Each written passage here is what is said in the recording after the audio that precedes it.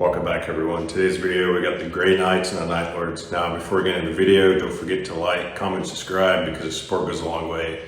And don't forget to check out the merch in the description below. Now let's get into the video. Archivist Malthus Cord stood alone in the chamber of glass ghosts and let a dead world rise around him.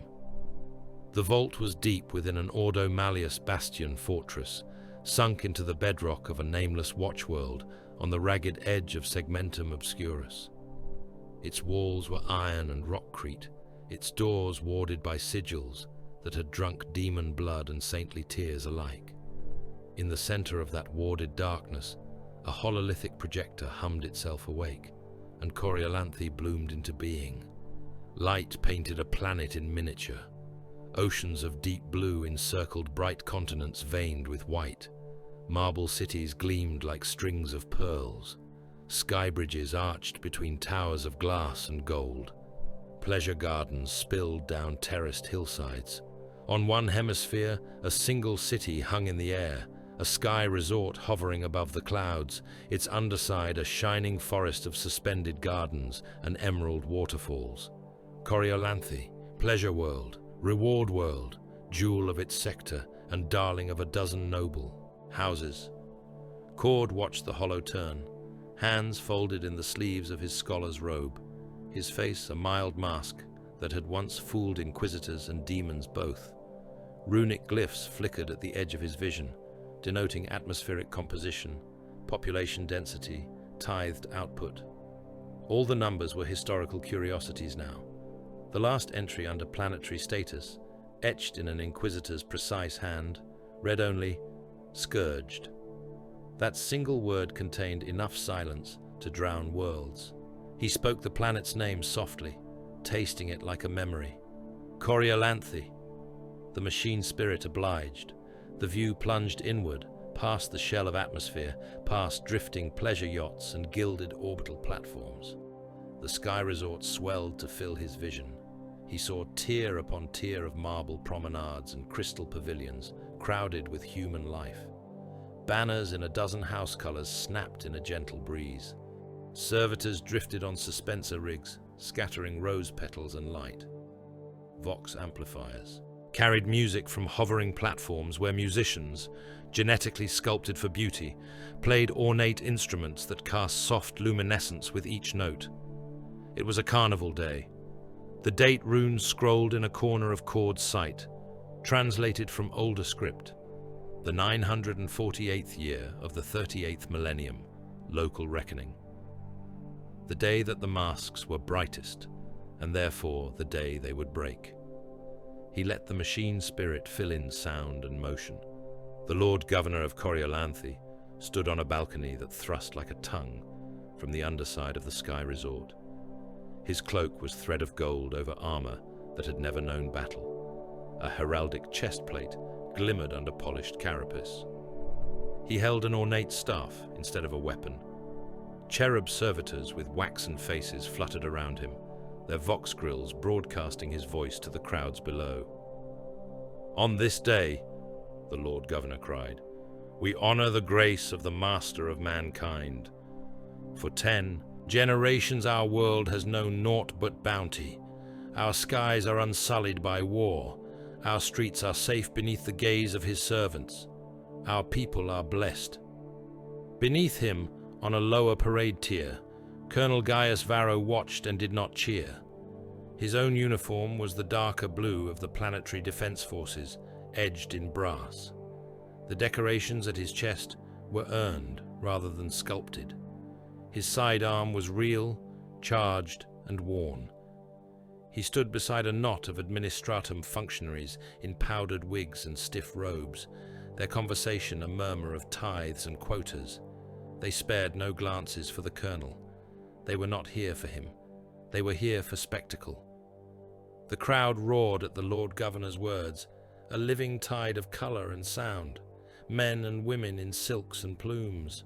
Off-world traders in house colors. Lesser nobility whose only battles had been fought in council chambers and bedchambers. They laughed, danced, toasted a future that they believed would mirror the past. Varro knew better. No world was truly far from war. Not anymore. Not in this age. A soft chime sounded in his ear.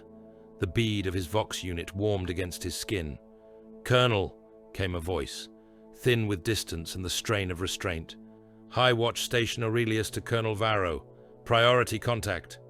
Varro turned away from the balcony and the bright lie upon it. He moved a few paces aside, under the shade of a marble arch, and touched the rune at his collar.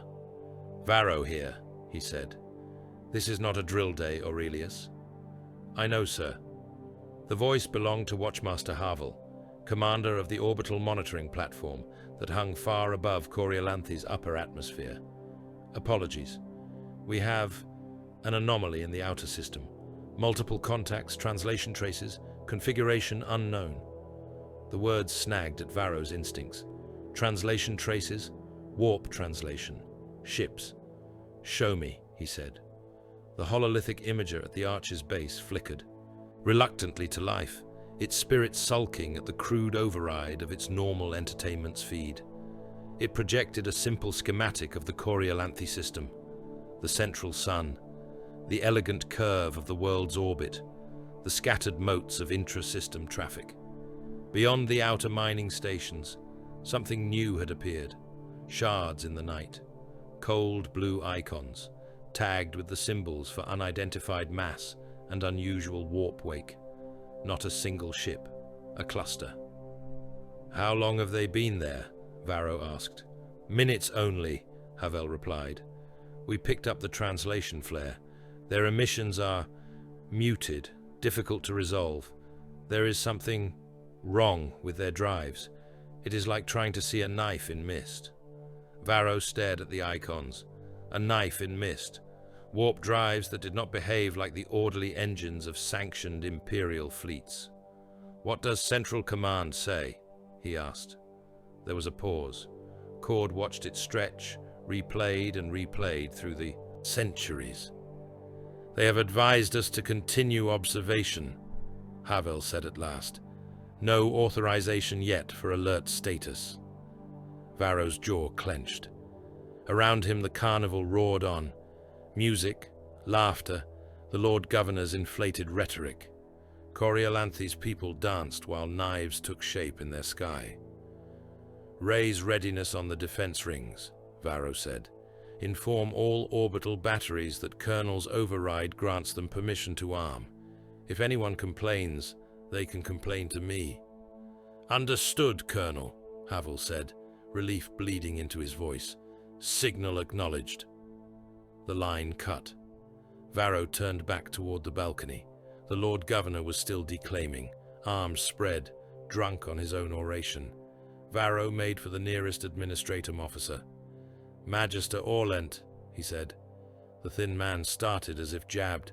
He blinked up at Varro through lenses thick as armor glass. "Colonel, you are interrupting the Governor's address." "High Watch has detected multiple unidentified warp signatures in the outer system," Varro said without preamble. "We need to move to elevated alert immediately. Recall the fleet elements, arm the orbital guns, get the void shield generators on standby." Orlant's expression shifted from irritation to something like bored concern. "Unidentified? Pirates, perhaps? Rogue traders? Surely there is no need to disturb the festivities. You know how the Governor feels about these martial distractions." Varro's patience thinned further. "The enemy rarely chooses a convenient hour to arrive. We need to—" "Colonel," Orlant's tone grew sharp. The petty authority of decades clutched like a badge. "Coriolanthe is not some frontier fortress. We have treaties, trade agreements. Our defenses exist to reassure and impress, not to be tested every time some auspex picks up static. You will not alarm the citizenry or interrupt the Lord Governor's celebration without express permission." Varro stared at him. An echo of the Lord Governor's speech drifted over them, praising the Emperor for centuries of peace. "Permission," Varro said. "Exactly." Orlant seemed almost pleased that the soldier was being forced to mouth the word. "File your concerns through proper channels. The Planetary Council will review them after the festival." Varro could have drawn his sidearm and shot the man through his narrow skull. For a heartbeat, the image seemed so natural that Cord, watching from centuries away, half expected it to happen. Varro did not do it. He was a loyal servant of the throne, not a rebel. He watched the music, the lights, the masks, and felt the weight of a sky he could not command. Far above, High Watch Station Aurelius floated in the velvet dark. Astropathic choir master Sen Akir knelt among his chained and hooded choir, blood running in thin streams from his nose and ears as the warp howled around them. The chamber shook. Warning. Klaxons howled. The psychers' voices rose in a disharmonious wail. The translation had not merely been seen by their augurs. It had been felt, like a cold hand reaching from the immaterium to tap at the edge of their perception. "Calm," Akir whispered, though his own mind trembled. "We are the throne's ears. We do not falter." Behind the circle of shuddering psychers, the station's commander clung white-knuckled to a railing and stared at the primary lumen displays. The unidentified contacts had resolved themselves now. Ships closing on Vector. Cruisers, perhaps. A heavy vessel. Smaller knife shapes clustering around it. No beacons. No ident codes. Their hulls drank Auspex scans like dark water. "Void shields to full strength," the commander croaked. "Arm macro batteries, prepare lance banks. Signal the defense fleet. We are under approach." "Approach?" one of the bridge officers repeated, then swore. "That is not a standard attack vector. They are coming in under the orbital plane." "Sir, they must have mapped our patrol routes. This is intentional." Of course it was. The commander knew that already. Whoever they were no wayward traders. Akir's eyes rolled back white.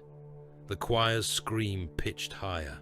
In the screaming dark of the warp, the astropath saw shadows like broken wings unfolding, a world smothered by night, and a rictus grin carved in iron. "The night," he whispered. The station shook, not from vision this time, but from real impact. The first volley from the lead enemy ship slammed into Aurelius's outer hull, turning armor into vapor and void shield energy into shrieking auroras. The deck bucked, men fell, conduits burst. The choir broke, some dropping dead, others writhing as reality and unreality chewed through their minds. Akir dragged in a breath that tasted of copper and ozone. "The night has teeth," he said. His words made it onto the voxnet, echoing down toward Coriolanthe. The next salvo hit the command spire.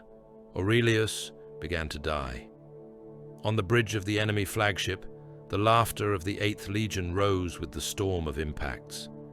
Night Lords stood at their stations, armor the dark of deep void, trimmed in midnight, adorned with leering skulls and flensed skin. Lightning sigils crawled across their plates, flickering with witchlight. Their helm lenses glowed hell red. The ship's bridge was a cavern of bruised iron and chained corpses, lit by the cold gleam of 1,000 data glyphs. Karen Dreg sat the command throne, a giant in ancient plate scarred by wars no one on Coriolanthe could pronounce. His helm rested on the arm of his throne, revealing a pale, scarred face, framed by a collar of segmented ceramite. His eyes were black pits, limned in fever light, his mouth a thin line that seemed unsuited to laughter, and yet knew it well. "Outer ring stations are reacting," a helmsman said, his voice a growl filtered through fanged. "Vox grill. Aurelius is raising shields. The others are still sluggish. Civilian traffic is in disarray." "They were not built to fight," Dreg said. His voice was soft, precise, with only a hint of Nostraman's shadowed accent. "They were built to look secure. Continue." Macro cannon fire belched from the battle barge's flanks, streaking through the void in incandescent lines. Aurelius's shields flared, armor buckled, girders screamed. "Lord," said a sergeant standing at the tactical table, his helm bearing the stylized wings of a raptor. We can destroy the station with the next salvo. Their distress calls are already swamping the planet's civilian channels. Not yet, Drake said. The sergeant's helm tilted. You wish them left alive, Lord? I wish them left loud, Drake answered.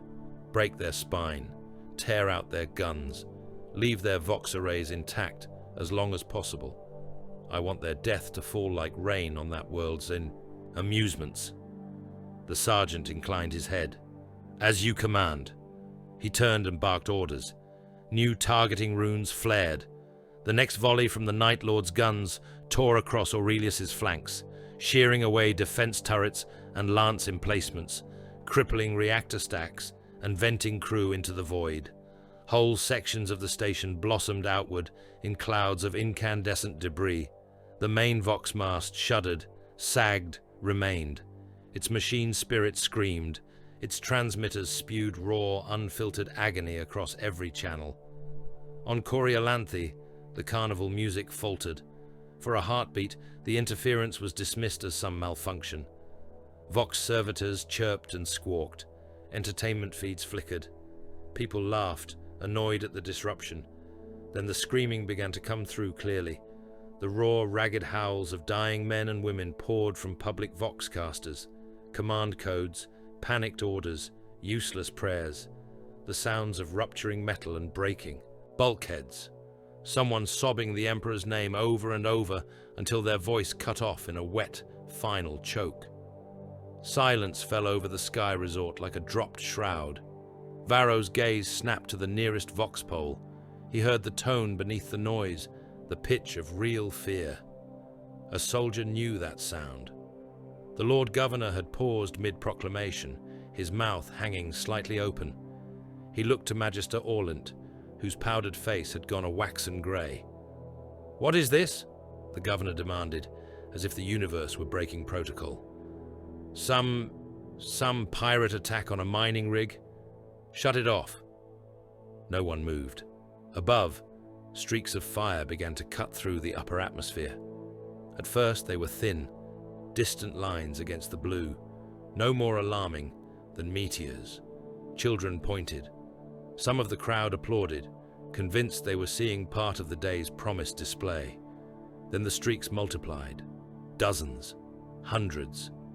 Trails of burning entry flame, arcing down toward the continents, toward the marble cities. The air itself seemed to grow heavier, pressing down on lungs and hearts. Vox officers called for silence, for calm. Their voices were thin against the thunder that rolled from the heavens. In Councillor Orlant's ear, a private Vox rune buzzed. He touched it with a shaking finger. Whatever answer he received drained the last of his color. "Lord Governor," he said, voice barely above a whisper. "High Watch Station Aurelius reports a hostile fleet. They are under attack. Unidentified vessels of Astartes tonnage." Astartes? The Lord Governor seized on the word like a drowning man on a chain. "Then they will protect us. Space Marines are sworn to—" Orlant swallowed. "The transmission includes Legion markings, my lord. Lightning, skulls. Vox distortion suggests the 8th Legion." Even the most sheltered noble of Coriolanthe had heard that name. "Night Lords," Varro breathed. He had seen pics of them, once, in an old Munitorum briefing archive. Figures half glimpsed in the dark, eyes like furnace coils, armor painted in night and terror. They did not conquer, they unmade. They were the Emperor's forgotten executioners, turned upon his realm. One of the children in the crowd still clapped as another line of fire carved across the sky. Their hands slowed. The cheers died, not all at once, but in a wave that rippled outward as people began to understand that nothing in the day's program had ever mentioned falling stars.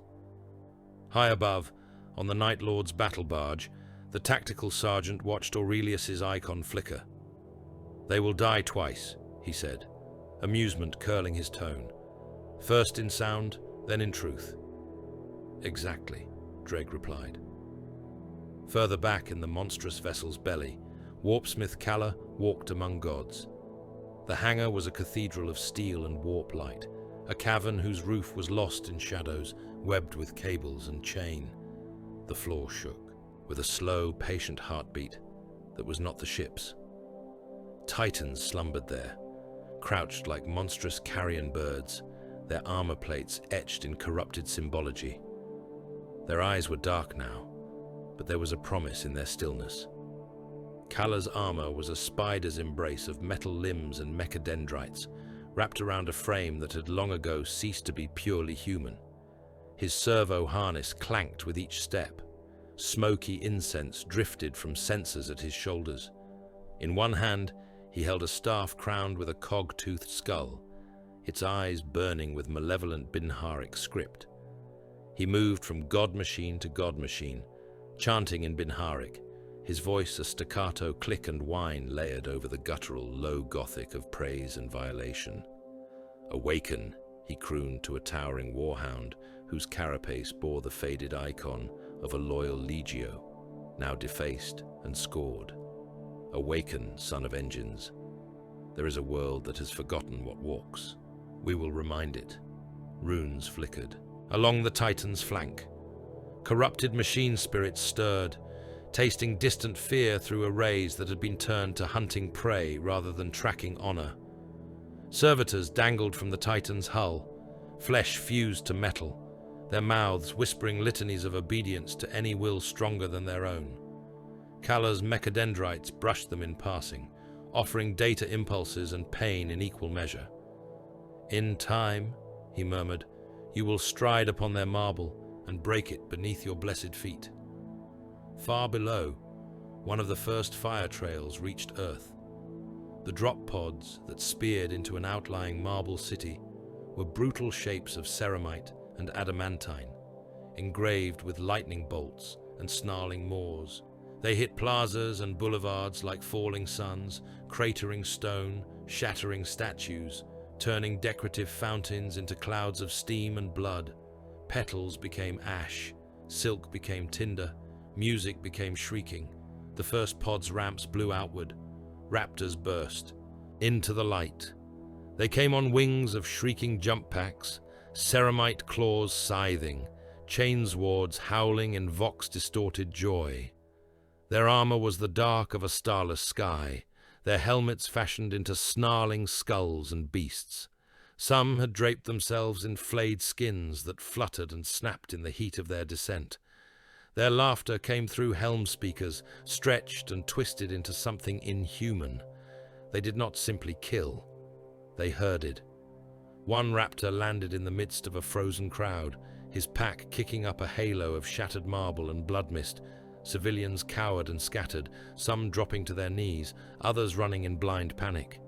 He let a few bolt rounds take those at the edge, explosive shells turning bodies into tumbling shapes that sent more into shrieking confusion. "Run!" he called, his voice booming from his helm. "Run, little things! Find your friends! Pack yourselves tightly! We will come for you soon!" Raptors and Terror Squad. Legionaries moved with cruel precision, driving streams of fleeing humanity toward avenues and plazas that offered no real escape, only tighter spaces and better lines of fire. Their aim was not the quickest kill, it was the most resonant. From above, more fire trails marked the descent of their brothers. From orbit, crippled Aurelius still vomited its death cries across every channel. Archivist Cord watched it all unfold in frozen light and recorded Vox. He saw beauty turn to battleground. Marble cracked under iron.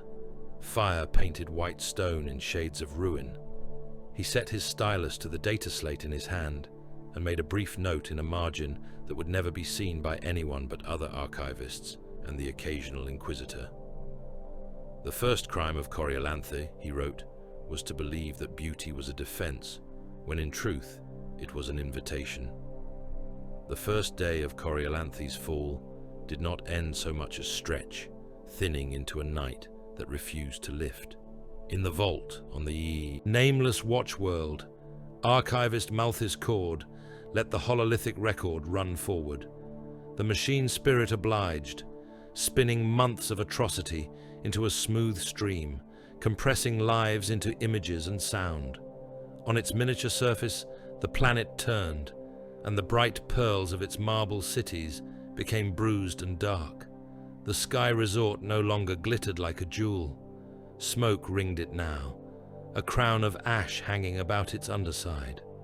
On the continents below, white avenues were no longer white. From orbit they showed as dull, dried streaks, as if some careless god had dragged rusted knives across the world. Cord magnified. In the capital, the great Victory Square had become an anatomy lesson in fear. Every column had become a gallows. Every triumphal arch had chains hanging from it, bearing bodies that twisted in the poisoned wind. Impaled forms lined the approaches to government spires, their shadows long and obscene in the glow of burning habblocks. A forest of the dead creaked and swayed, with every gust, announcing to any survivor who ruled this place now. The Night Lords moved through those new forests as if through a well-tended garden. They came and went by dropcraft and jump pack, their armor always stained, their laughter always on the edge of the voxnet. They left picked glyphs painted in blood, scrawled messages in high Gothic and crude low, threats that promised horrors and then made good on them. They did not waste effort on occupation. They needed no banners nailed to walls when every wall carried a flayed sign. Time tags crawled at the edge of Cord's vision. Days bled into weeks, weeks became months. The record marked 3 full solar passages between the first falling stars and the events that would finally draw the Order Malleus in earnest. The people below learned to call that span the Long Night. Colonel Gaius Varro's voice cut across the compiled images, grainy and flat, yet threaded with a strain that had not been present in those first hours. On the Sky Resort. Voxlog of Colonel Gaius Varro, Planetary Defense, Coriolanthe, he said. Long night, day 7, evening cycle. Cord recognized the place where Varro spoke from now. The colonel's face was gaunter than it had been under the parade arch. Behind him, instead of silk and marble, there were sandbag walls and stacked ammunition crates, lit by a single failing lumen strip. We engaged the enemy again today, Varro said. 3rd Regiment, 5th Regiment, elements of the 2nd Armoured. They held as long as any could ask. Longer, if I measure by what I have seen in the last week. Then the Night Lords came down on their flank. There was a pause. Paper rustled. Varro was a man who still insisted on paper, even with his world falling apart. I have fought pirates, he said. I have fought cultists. Once, long ago, I fought a splinter of some Xenos hive fleet. I have seen men break. I have seen them hold. I thought I knew the measure of courage and fear. I was wrong. His eyes flicked up from the page, looking through the recorder as if he could see whoever would one day listen. They did not even fire at first, he said. They simply dropped, hundreds of them, on roaring packs, Vox systems laughing. They cut open the sky like knives and fell into the lines. The 3rd Regiment broke before a single shot was fired. They saw that armor, heard that laughter, and all the courage I had tried to batter into them with drills and speeches fell away like wet cloth. Cord let the log run over a montage of what the Vox speed in Varro's collar had recorded. Footage from helmet cams and battlefield pick drones stitched together betrayed the same pattern again and again. Lines of PDF infantry waiting in trenches or behind hastily erected walls, laser guns held with sweating hands. The sudden, unnatural thunder of jump packs, dark shapes plummeting into the midst of them, panic blooming like rot. In one feed, a soldier screamed as one of the Astartes landed on the parapet, his jump pack washing the trench in dust and grit. The Night Lord did not fire. He simply stood there for a heartbeat, letting every man in the line see the skull-faced helm, the lightning crawling across blue ceramite, the trophy chains jingling with each move. Then he stepped forward, and everything dissolved into streaks of light and red. Entire regiments routed at the sight of them, Varro said quietly. I saw men tear off their helmets and markings, so the enemy would not know what unit they belonged to when they ran. I saw officers shoot their own troopers to halt a rout, only to turn and run themselves when the raptors came down. His voice changed over the logs that followed. The anger remained, but it guttered, losing the heat of hope and taking on a colder tone. Day 20, he said in another entry. We tried counter-propaganda today, broadcasts on civilian bands, stories of Astartes killed, victories, retaken. It made no difference. The people have seen what walks in their streets. They know the enemy is not the stuff of myth. When they hear the jump packs, they hide. When they see that armor, they run. Those who cannot run stand and scream. I cannot blame them. The hololith shifted to a street-level scene. A column of refugees choked a wide avenue once dedicated to triumphal processions. They were a river of humanity, flowing between toppled statues and broken gates, carrying what little they had not yet lost, stacks of belongings, relics, children, aged fathers. Vox towers along the avenue had been torn down or daubed with threat sigils. Smoke threaded through a sky the color of old bruises. Artillery rumbled far away. Closer, the endless sound of crying and muttered prayer, of arguments and the dull thud of boots on stone. Overhead, faint at first, came the growl of engines. Some of the souls in that river of misery looked up. Many did not. They had seen aircraft pass. Overhead every day since the war began. Transports, strike craft, enemy gunships. Death had become background noise. The raptors came in low. They burst through the cloud cover like hunting beasts, wings of fire behind them. Jump packs roared. Trails of scorched air traced their paths. They swept over the column, banking hard, the shriek of their engines drowning even the cries of the crowd. The first volley of bolt fire did not rake the refugees. It tore into the front ranks of a hastily assembled PDF escort, men in ragged uniforms who had sworn to protect the column. They fell in chunks of armor and meat, their laser guns thrown spinning. The crowd surged around them, pushed back by the force of bodies behind, trampled by the very ones they had been trying to shield. Then the raptors descended. They hit the avenue at intervals, like black stones thrown into a river. Packs flared, boots crunched marble, chainswords dragged grooves in polished stone. They moved among the refugees, as if among a herd. A blade here, a shot there, each kill chosen for effect rather than speed. One would leap up, land on the back of a cart, fire down its line, then vault away, leaving only a tangle of ruined goods and broken forms. They drove the column forward, compressing it, forcing it into cross streets where other night lords waited. Bolt rounds took those who tried to flee sideways. Those who dropped to their knees found ceramite boots striking them aside. No one gave orders. None were needed. Each warrior knew the rhythm by reflex. Panic was a tool they had honed over long years. Near the center of the avenue, a Night Lord's champion with a helm fashioned as a leering skull reached for a man who had fallen against a toppled statue. The refugee scrabbled at the stone, trying to stand, tears cutting pale tracks through the grime on his face. The champion leveled his bolt pistol. The man froze, hands raised, head bowed, muttering a prayer that stumbled and failed in his throat. For a moment that stretched and stretched, the barrel hovered an arm's length from the man's face. Then the champion tilted the pistol aside and fired into the crowd instead, blowing a hole through 3 fleeing shapes at once. He leaned down. His helm grill almost touched the man's ear. "Run," he said, the single word booming from his Vox grill, wrapped in static and ugly humor.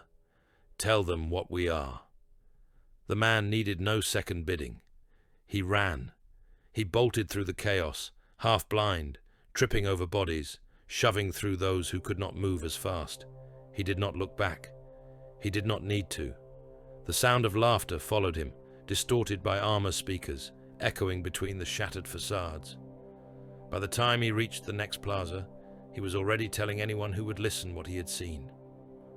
Cord watched the pattern repeat in city after city. The marble avenues of Coriolanthe filled with refugees, then emptied, then filled again with different faces. People packed themselves into plazas, shrine precincts, transit hubs where they believed safety might be found.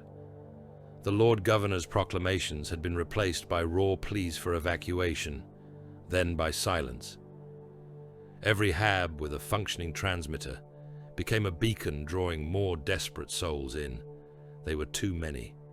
In Dreg's strategium, a hollow representation of the planet hung in the air, scattered with motes of light. Red denoted known Imperial forces. Amber showed the densest clusters of civilians. Blue marked the Night Lord's own staging zones. Their masses concentrate here, here, and here, a helmsman said, indicating thick knots of amber. Shrine districts, former administratum concourses, transit platforms, all the places their leaders told them were safe once. Dreg regarded the display. Around him, his lieutenants stood in a circle, ceramite-clad killers who had once marched under a different master's banner and now served terror itself. "They flock where they are told," one of them said, his voice harsh. "We could drop in force on each concentration, kill more in a single strike than we have in all our little hunts." A murmur of assent ran around the chamber. Efficient, simple, clean, by the 8th Legion's fallen standards. "Why?" Dreg asked quietly. The murmur stilled. "Why waste so much ammunition, so much effort, on those who already fear us?" he continued. "We do not need their deaths to be efficient. We need them to be resonant." One of the older warriors, his armor bearing the faded remnants of a company sigil from a time when their primarch still walked, folded his arms. "Resonant or not, ammunition remains finite," he said. "We are not the crusading legions of old, with forge worlds to glut us. Every shell spent on a panicked crowd is a shell not fired at those who might threaten us." "Efficiency," Dreg said, "is for those who fear they do not have enough time." He stepped closer to the hollow, raising a gauntleted hand. "We are the Night Lords. We are time. Wherever we go, days lengthen into nightmares and memories stretch into lifetimes. We will not simply kill these people. We will make them kill themselves. We will make them tear down their own order. Then, when their world is ash and madness, we will leave, and the echo will follow us. That is how terror works." He tapped the amber clusters. "Target their water supplies, their power grids, their transit hubs. Let the lights die in their sanctuaries. Let their pumps run dry. Let them riot in the dark over half a cup of clean water and a loaf of ration bread. The ones who survive that will tell our story better than any pile of corpses." Orders rippled outward from the strategium. Strike wings diverted from military stockpiles to water plantations, from munitions dumps to power relays. Sabotage teams dropped into the bowels of pumping stations, rigging charges in the heart of machines that had hummed peacefully for centuries. Lights went out in crowded shrines. Fans ceased turning in subterranean transit tunnels where tens of thousands had fled the surface bombardments. Air grew heavy and hot. Tempers frayed. A dropped bag, a jostled shoulder, and a fight became a brawl, then a riot. Shrine guardians tried to intervene and were trampled or torn apart. Statues of saints toppled, their serene faces ground under boots. Under a slate-grey sky, a warhound scout titan strode. Its leg armor had once borne the proud sigil of a loyal Titan Legio. Now that sigil had been overpainted, ringed with jagged runes that writhed when seen from the corner of the eye. The god machine's forward carapace guns tracked lazily from horizon to horizon, scouring for threats it had once sworn to protect. Warpsmith Kalla rode in the shadow of its stride, his own craft clamped to the Titan's dorsal plating. Conduits from his armor plugged into access points. Along the engine's spine, he whispered Binharic and darker things into its screaming, half-tamed spirit. Below, a convoy of refugees snaked along the bed of a drained ornamental canal, carts and trucks and labor engines piled with belongings and souls. They were making for a distant Prometheum refinery turned fortress, where rumors promised safety under the guns of the last functioning macro cannons in the region. The Warhound could have simply ignored them. Its destination lay elsewhere, some cluster of armor the Night Lords had decided to unmake. Instead, under Kala's guidance, it slowed. "Deviation from primary path," chimed a servitor voice, somewhere deep in the god machine's cranial vault. Its words were more reflex than dissent. "New path offers better offering," Kala replied, his voice a metallic purr in the warp-scabbed lingua he shared with the engine. "Feel them, hear them. They fear, they run, they believe they are beneath your notice. Show them the error." The Titan's head tilted fractionally, its sensor arrays focused on the convoy. In its machine mind, those motes of heat and motion were little more than background noise, not armored columns, not artillery positions, not anything that could scratch its legs. Its stride changed. With each step, it drew closer. The roar of its engines and the thump of its tread rolled ahead of it like a storm. The refugees began to look up, pointing, shouting. Some broke and ran for the canal's sides. Others froze, pinned by indecision and the press of bodies behind. The Warhound did not fire. It did not need to. It walked. One foot came down in the midst of the convoy, crushing carts, trucks, and those clinging to them into formless, screaming ruin.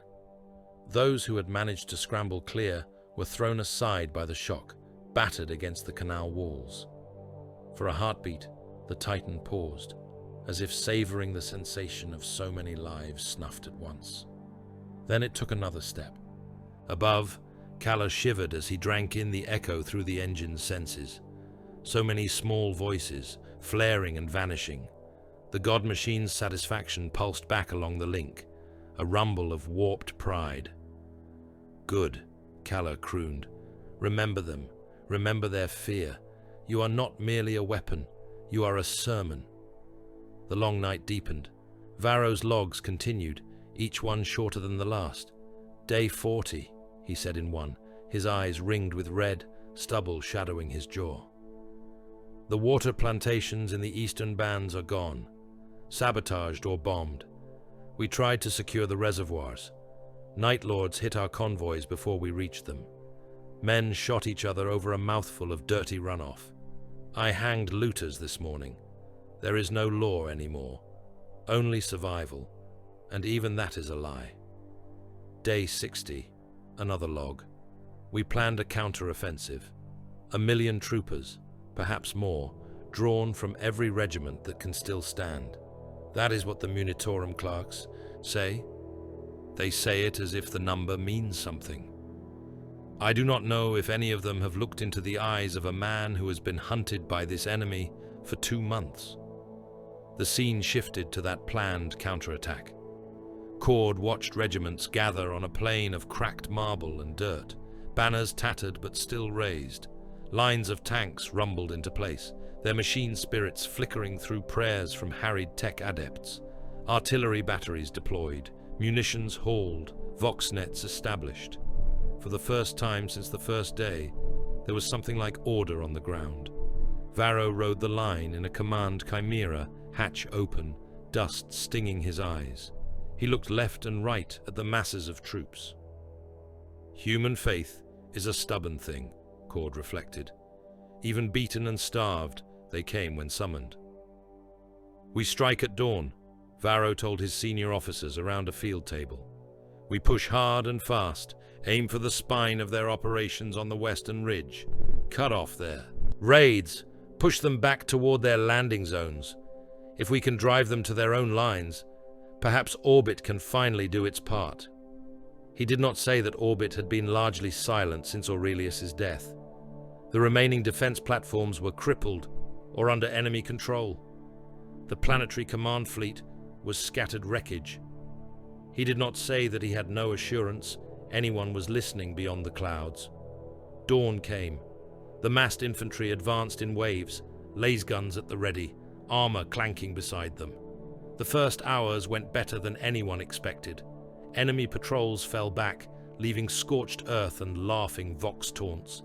A few Night Lords were caught and destroyed under the weight of numbers, their armor dented and cracked by weight of fire and courage.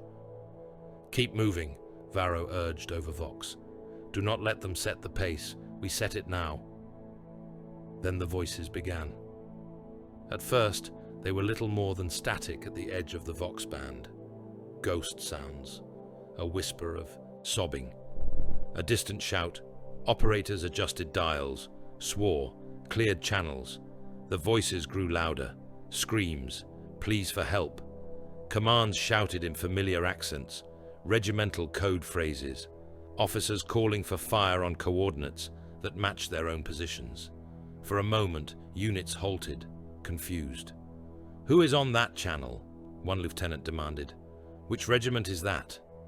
His Voxman paled. "It is our code, sir." All along the front, the Night Lord's voices slipped into the net, wearing the accents and phrasings of Coriolanthe's own. They called orders that sent companies veering off planned paths. They cried warning of enemy armor where none existed, drawing anti-tank fire into empty fields. They pleaded for aid, luring reserves into kill zones. In the confusion, Raptors fell. They dropped into command posts, tearing out Vox masts, slaughtering signal officers, then leaping away before any coherent response could be mounted. Entire regiments found, themselves without orders, hemmed in by units they believed to be friendly. Then the Night Lords reversed the game. They took control of abandoned Vox sets, their helms distorting their voices into something half familiar. They called out artillery coordinates that overlapped with clusters of Imperial units. Batteries, obedient and blind, adjusted their barrels and fired. On the plain below, las fire began to rake friendly ranks. Men turned on those beside them in the confusion, convinced that traitors were in their midst. Tank crews, hearing reports of infiltrators in their own support elements, swung their guns inward. Night fell before noon. Smoke and dust turned the sky black. Searchlights cut cones through the murk, picking out glimpses of enemy armor that might have been real, or phantoms conjured by terror. Shots flashed everywhere. Men shouted their unit names, and were shot anyway by those who no longer believed anything they heard. Varro's armored column found itself in the midst of it. His driver swerved to avoid a crashing Lehman Russ, its turret blown off. A hail of las fire rattled against the Chimera's hull, from a line of infantry clearly wearing Coriolanthian colors. "Cease fire!" Varro roared over the public channel. "You are firing on your own." An answer came back, ragged and hysterical. "We are under attack. Night Lords in our lines. They sound like you. They sound like..." The rest dissolved into static and a wet crackle. Out in the darkness, the Night Lords laughed and fell back, letting the Imperial forces do their work for them. By the time the shooting burned itself out, the plain was a carpet of bodies. The million-strong wave had broken on itself. Varro's log for that day was short. "Day 78, he said. "I led my men into a battle where they killed more of each other than the enemy.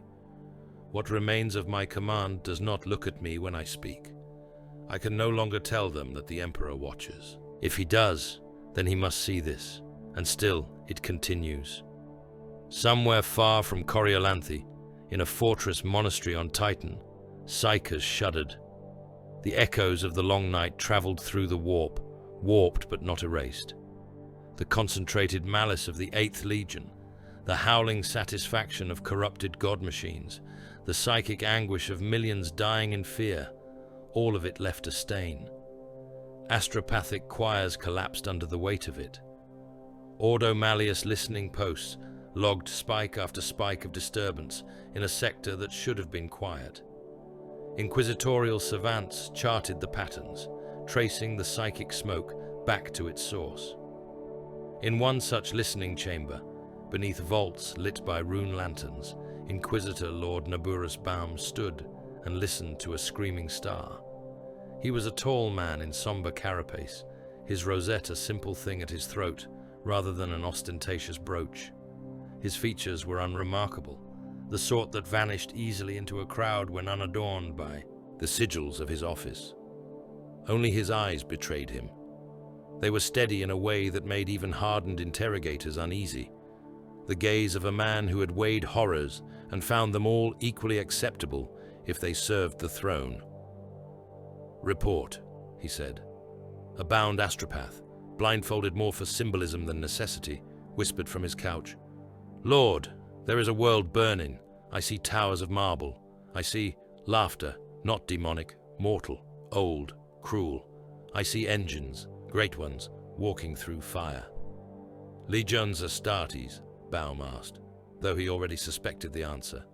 "Armor, colors. Blue," the psyker muttered. "Lightning, skulls, old names, Night Lords, and with them engines stinking of the warp. Titans, my lord, corrupted, marching where saints once walked." Baum considered. "If the 8th Legion has allied with a traitor Titan Legio," he said, "they will not stop at one world. Coriolanthe is a pleasure world, is it not?" A savant nearby nodded, consulting a slate. "By all records, Lord. Little strategic value, much symbolic, a reward for loyal service to the Administratum and certain navy elements. Its loss would be embarrassing." "Embarrassment is not my concern," Baum said. "But a pleasure world offers little resistance. It is a soft throat. If they are testing Titan assets there, they will look outward after they have finished playing." He turned away from the astropath. "Prepare a petition to Titan. I require a purgation force, Grey Knights, enough to scour a world and, if possible, bring down traitor engines." The savant swallowed. "Evidence of demonic manifestation, Lord? The Grey Knights do not move lightly." "Evidence enough?" Baum said. "Warp-tainted Titans and an Astartes legion that long ago forswore any constraint the Codex ever attempted to bind them with. If they are not demon worshippers now, they are close enough for my purposes. The longer we wait, the more worlds they will touch."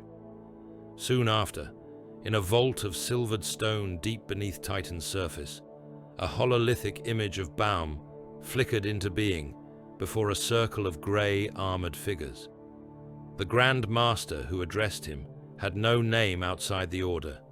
His armor bore no personal heraldry, only the sigils of his rank and the wards that had turned aside demons on 100 battlefields. His face, within an open helm, was carved from patience and iron. His brothers stood at his back, silent as statues. "You request a purgation," the Grand Master said. "A pleasure world burning under Night Lord's predation. Corrupted Titans. The echoes have reached us. Why should we intervene before the demons rise?" "Because by the time the demons rise," Baum replied, "there will be nothing left to save and a new legend for heretics to rally around. Because the 8th Legion are artisans of fear. If they teach a corrupted Titan Legio to walk in their shadow, we will have a campaign, not a world, to purge." The Grand Master regarded him for a long moment.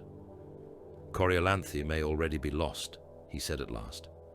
"We are not wardens of every decadent jewel that hangs from the Administratum's neck. Our purpose is the defeat of the Neverborn and their servants. If this is merely another atrocity in a galaxy of atrocities, it may not warrant our hand." Baum's expression did not change.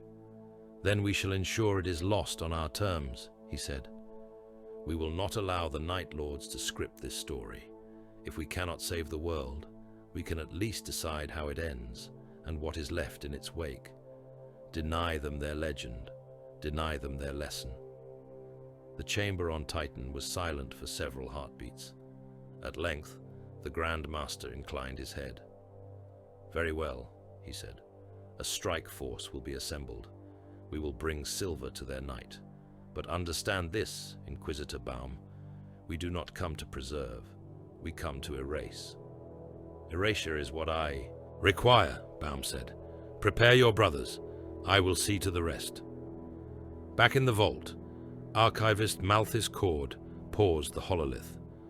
Coriolanthe hung before him, turning slowly, its once bright cities now pitted wounds.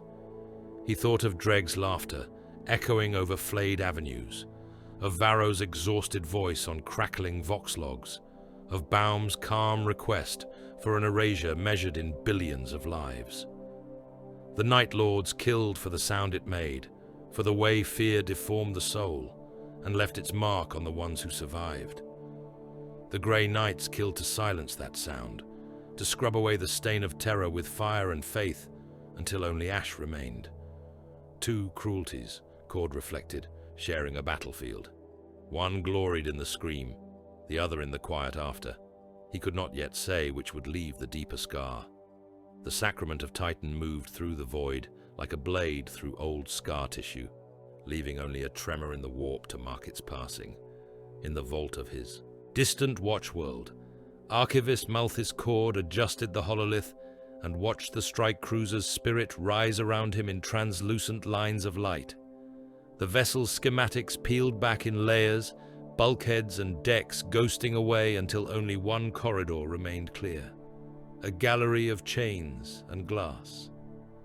On the sacrament, Inquisitor Lord Naburus Baum walked that gallery with the measured pace of a man very conscious of the oaths woven into every plate of the ship. Hexagrammic wards burned faintly in the metal of the floor. Scriptural sigils crawled along the walls, engraved so deeply that even the ship's eventual death would not easily erase them. On either side of him, in iron coffers slotted into the walls, bound horrors murmured. Demon hosts, perhaps a dozen, each a man or something that had once been a man, wrapped in chains of blessed iron and studs of psi-reactive crystal. Their skin was tattooed with wards, covered in script that spiraled inwards towards sigils pressed into their hearts. Some hung in the air, suspended by arcs of crackling energy. Others lay still within their coffers, eyes stitched closed, lips sealed, and then sealed again with wax that hissed faintly as it slowly burned away foul vapors. The Grey Knights despised that these things existed at all, that they were chained inside a strike cruiser sanctified in Titan's forges would to many have seemed a blasphemy. Baum had heard such arguments. He regarded them as he regarded most mortals' protests, context-dependent. He walked with his hands folded behind his back, Vox Recorder rune glimmering in the gorget of his armor. Mandate of purgation, he said, his voice calm, each word precise. By the authority granted to me as Inquisitor Lord of the Ordo Malleus, sealed by the sigils of the Senatorum Imperialis and witnessed by the Lords of Titan, I, Naburus Baum, do claim the right and burden of judgment over the world, designated as Coriolanthe. One of the demon hosts laughed softly, a dry rasp like stones rubbing together. The chain about its throat tightened of its own accord, grinding into flesh. Sulfur drifted on the air. Baum did not glance at it. Coriolanthe, he continued, classified as pleasure world, reward world, theater of imperial indulgence, has been subjected to sustained predation by elements of the traitor Astartes, specifically war bands of the Night Lords, formerly the 8th Legion. In the nearest coffin, a bound creature twitched, its mouth shaping words that belonged to another age. 8th, it hissed softly, in a tone almost reverent. The Dark Kings, the Hunters. Baum paused, listening only long enough to be certain the outburst was contained. A halo of sigils burned brighter around the coffer, the ship's warding systems pressing down on the thing within, like a jailer's knee.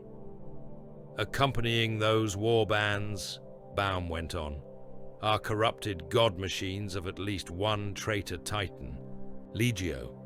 The combination of legionary terror doctrine and warp-tainted engines poses a threat not simply to Coriolanthe, but to the nearby sectors, both in material devastation and in the propagation of their legend.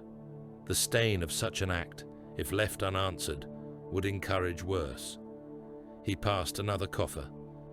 The thing inside it whispered a string of numbers from the old Terran tongue, counting deaths that had not yet occurred, or perhaps those that already had. Baum ignored it. Therefore, he said, this vessel, Sacrament of Titan, and all forces committed alongside it, are bound to a single purpose. Coriolanthe will not be saved. It will be judged. The Night Lords and their allied engines will be engaged and destroyed if possible, and the world will be scoured of their work. If Scouring demands the death of every soul upon its surface, then so be it. The protection of the Imperium is not measured in lives spared, but in heresies denied. He reached the end of the gallery. A final coffer waited there, sealed more heavily than the others. The wards upon it were older, the script more cramped, as if whoever had etched them had been afraid to leave even a finger's breadth of bare metal. The thing inside did not speak. Its presence pulsed like some buried tumor, felt more as pressure on the mind than as sound. Baum inclined his head fractionally, more in acknowledgement of the danger than in respect, then turned away. Mandate of purgation concluded, he said. Seal transcript under Ordo Cipher. Copy to the Librarium Demonicum upon completion of this campaign. The ship heard his words. Deep in its core, machine spirits shuffled the newly born file into vaults that only Inquisitors and Grey Knight librarians would ever see. Baum walked from the gallery into the heart of the sacrament. The strategium was a chamber of silvered stone and armored glass, its walls inscribed with wards so dense the air itself seemed to hum with contained power. Hololithic projectors cast the image of Coriolanthe into the air above a circular table, the planet turning slowly, its marble continents blemished now by a haze of ash and ruin. Brother Captain Severin knelt at the table's edge. His armor was the polished silver of the Grey Knights, its plates etched with wards and the names of battles fought in silence. The Liber Demonica was sealed over his chest, its metal cover marked with the sigil of his rank. His helm hung from his belt, revealing a bare head shorn of hair, a face carved in hard lines and ritual scars. His eyes were closed. His lips moved. Cord recognized the words, even through the distortion of time and machine. The canticle of absolution, the secret words that were the Grey Knight's foundation and shield. From the perversion of the truth, deliver us, Severin murmured. From the lies of the demon, deliver us. From the weakness of the flesh, deliver us. Baum stepped up to the table and regarded the rotating world. Brother Captain, he said. Severin's voice did not falter. From the wrath of the traitor, deliver us. From the treachery of the fallen, deliver us. From the corruption of the soul, deliver us. Rise, Baum said. Severin opened his eyes and stood in one smooth movement. He was taller than the Inquisitor, broader, his presence pressing on the air like a storm front, yet he bowed his head a fraction. Lord Baum, he said, you have spoken your mandate. It is recorded, Baum replied. Coriolanthe's name is now written where it cannot be unwritten. Severin studied the hololithic planet. The red tags denoting known Night Lords' concentrations pulsed like sores. These are the confirmed loci of the enemy? He asked. For now, Baum said, mostly from astropathic echoes, and what little data the planetary defense networks managed to transmit before being taken. Night Lords prefer to be seen when they wish, and unseen when they do not. The Titans, on the other hand, are harder to hide. Severin's gaze moved to the new icons that hovered over the planet's surface. God-sized silhouettes, rendered in outline. Warhounds, at least 2 known, and heavier machines only hinted at. Their presence is an abomination, the Brother Captain said. A loyal engine should rather tear out its own heart than consent to such defilement. Many should, Baum said. Most do not get the choice. He watched Severin for a moment, weighing words. You know the situation. You have heard what the Night Lords have made of that world. I have read the reports, Severin said. For 3 months, they have hunted unarmed populations, turned cities into charnel gardens, broken the spirit of the world. They do as they have always done. He looked at Baum fully then, eyes like chips of old stone. "How many souls may we spend to end this?" he asked. He did not ask if they would spend any. That was assumed. Only the scale remained in question. "As many as it takes to deny them their victory," Baum replied. "But we will not be wasteful. Terror can be answered. If we answer it clumsily, we make it stronger. Our task is to end their narrative, not to grant them another verse." Severin inclined his head, accepting the logic. "Then give me the coordinates," he said. "We will cut the cancer from this world." Elsewhere on the ship, Justicar Thane knelt with his squad before a different hololith. They were in a smaller briefing chamber, its ceiling low enough that the presence of 8 armored Astartes made the space seem almost cramped. The projector in the center of the room cast up not Coriolanthe, but another world, older, darker, Nostramo.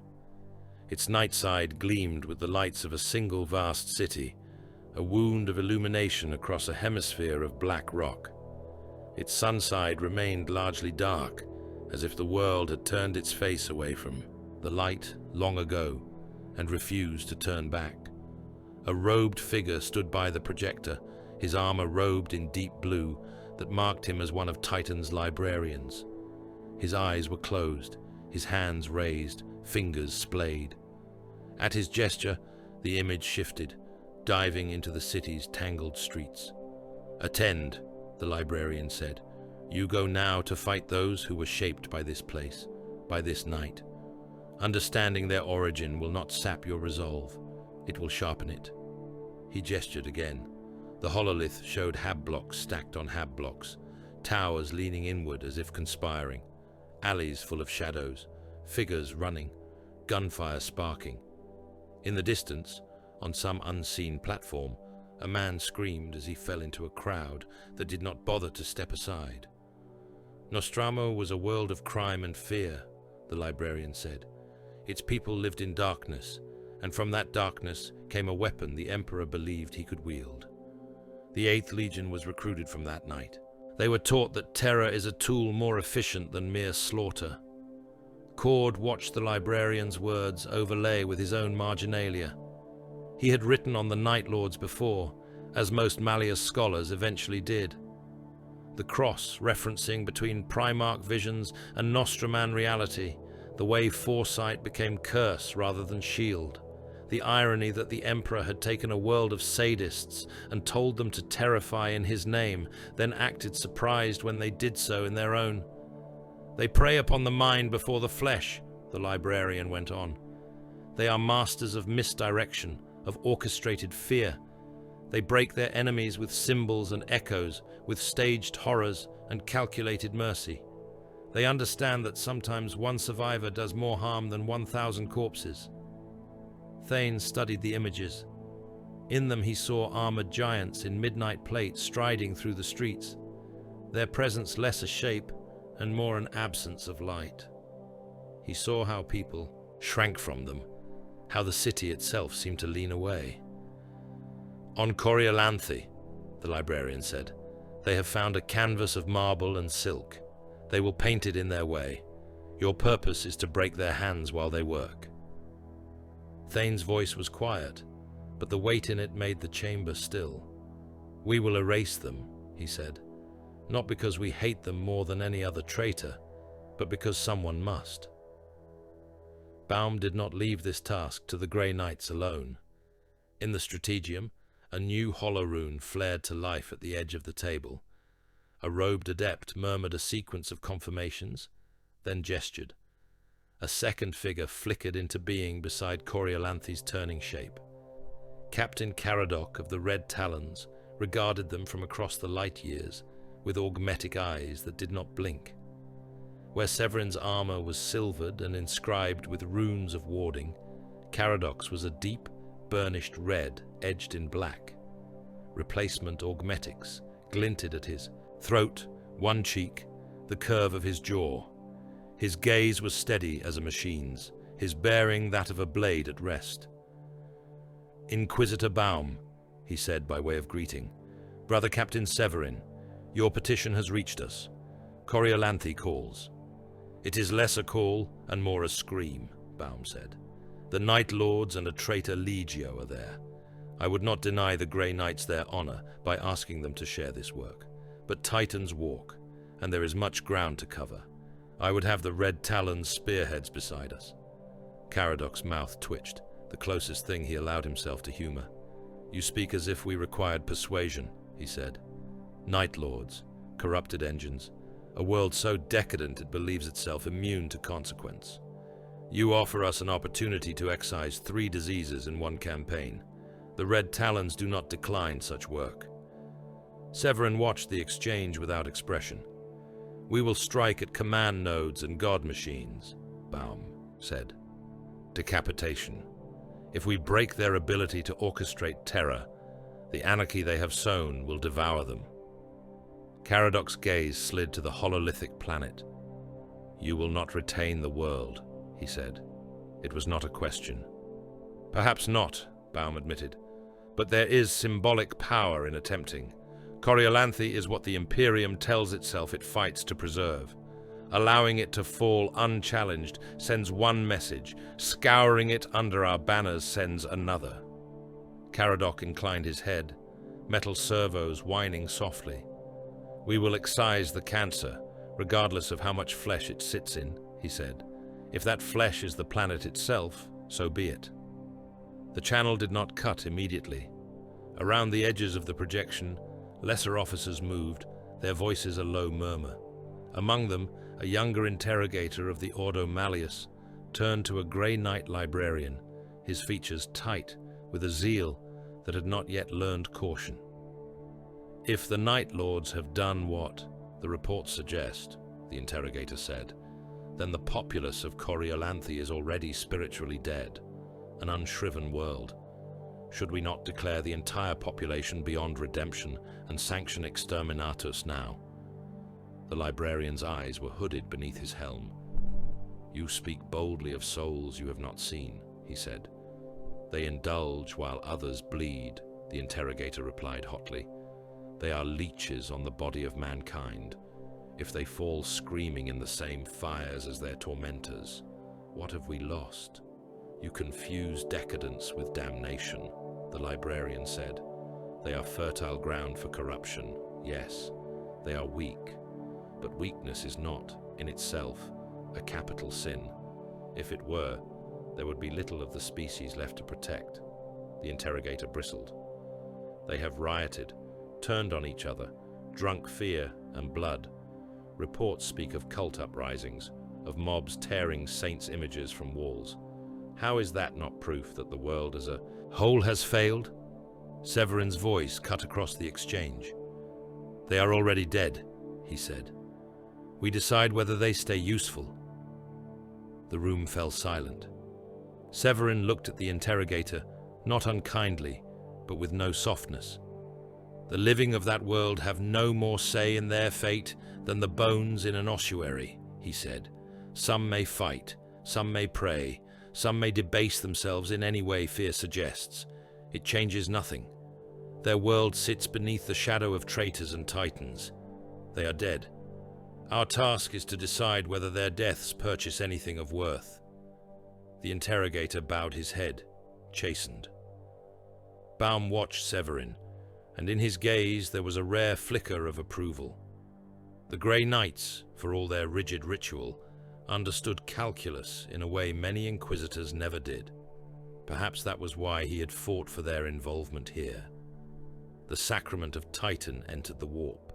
In Cord's hololith, the ship became a smear of light, streaking. Through a sea of coiling colors no mortal eye had any right to name. Geller fields flared around it, invisible in reality, but rendered as layers of overlapping sigils in the representation, a shell of faith and mathematics holding back the hunger beyond. Alongside the sacrament, another icon moved. The Red Talon strike cruiser, its name redacted in the Ordo records Cord handled, cut its own wound through the immaterium.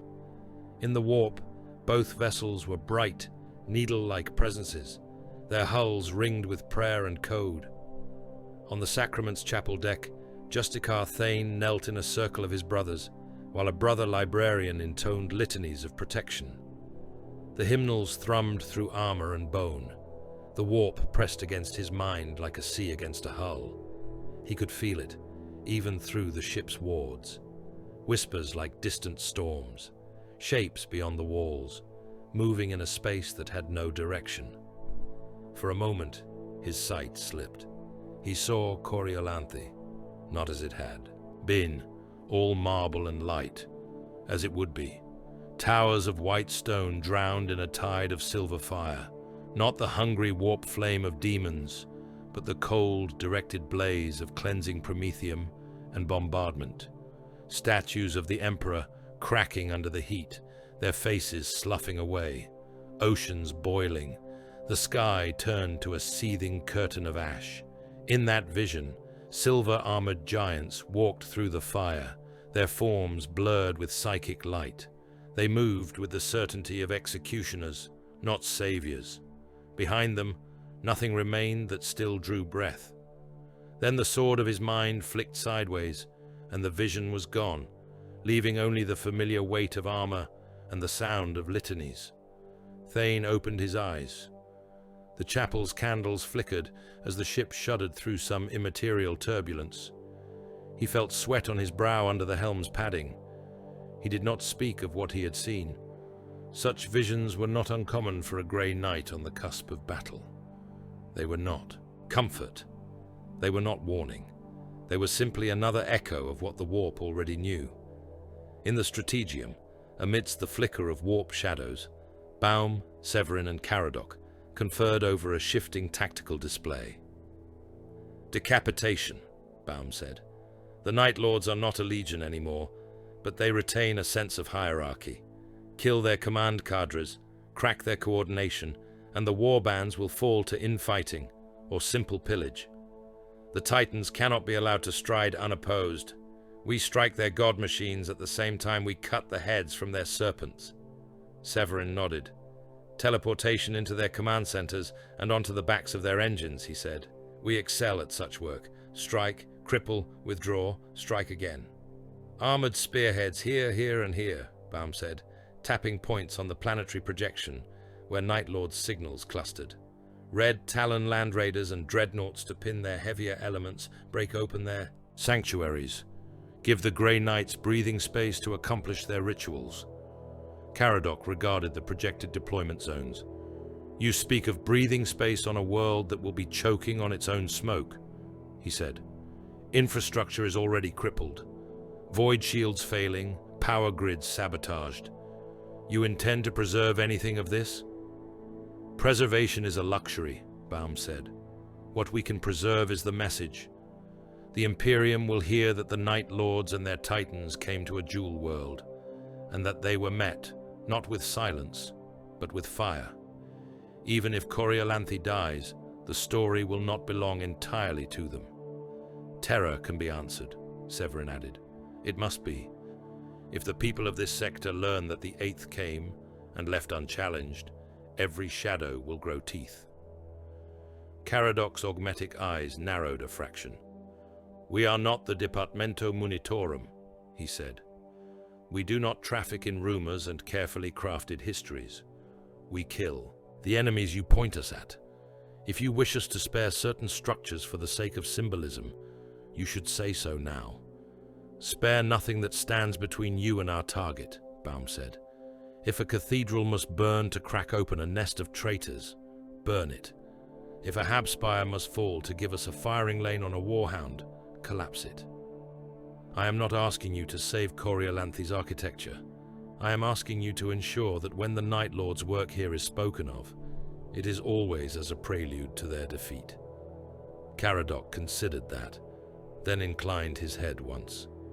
Very well, he said. We will carve the facts you require into the world's flesh. The scribes can turn them into whatever tale comforts them. Preparations rippled through both fleets. On the sacrament, chaplains walked the arming halls, sprinkling sanctified oils on nemesis blades and storm bolters, their Crozius Arcanum tapping a slow cadence on the deck. Armorers checked seals, carving fresh. hexagrammic wards into plates already heavy with sigils. Librarians painted invisible lines of psychic ink across teleportarium pads, binding the points between ship and planet in webs of will.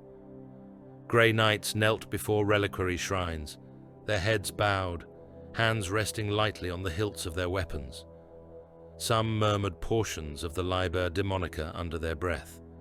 Others simply watched the runes that tracked distance and readiness, waiting for the moment they would be unleashed. On the Red Talon's strike cruiser, tech marines stalked the vehicle decks like priests in a mechanized temple. Land raiders sat in rows, their hulls scarred by old battles, their machine spirits quiescent but listening. Incense burned in censers that swung from gantries. Servo arms descended to fit adamantine track links and check weapon housings. Engine seers and chapter serfs chanted Binharic prayers as they worked, invoking the Omnissiah and the cold, uncaring logic of war. Captain Caradoc walked between his tanks, gauntleted hand trailing along their flanks, listening to the soft clicks and whirs that only one steeped in machine lore could hear. Each land raider's name, engraved on brass plaques, told a story of some previous purge. He intended to gift Coriolanthe a few more. In the distant vault, Cord watched the cascade of images and readings and saw in them not just a military deployment, but a pattern of thought. Baum did not pace or hesitate in any of the recordings. He did not wake at night, staring at bulkhead ceilings, wondering if there had been another path. Nowhere in the Mandate of Purgation or in the private strategium logs was there a line that suggested doubt. Other inquisitors Cord had studied had bordered on madness with their ruminations, twisting themselves into knots over the balance between mercy and ruthless necessity.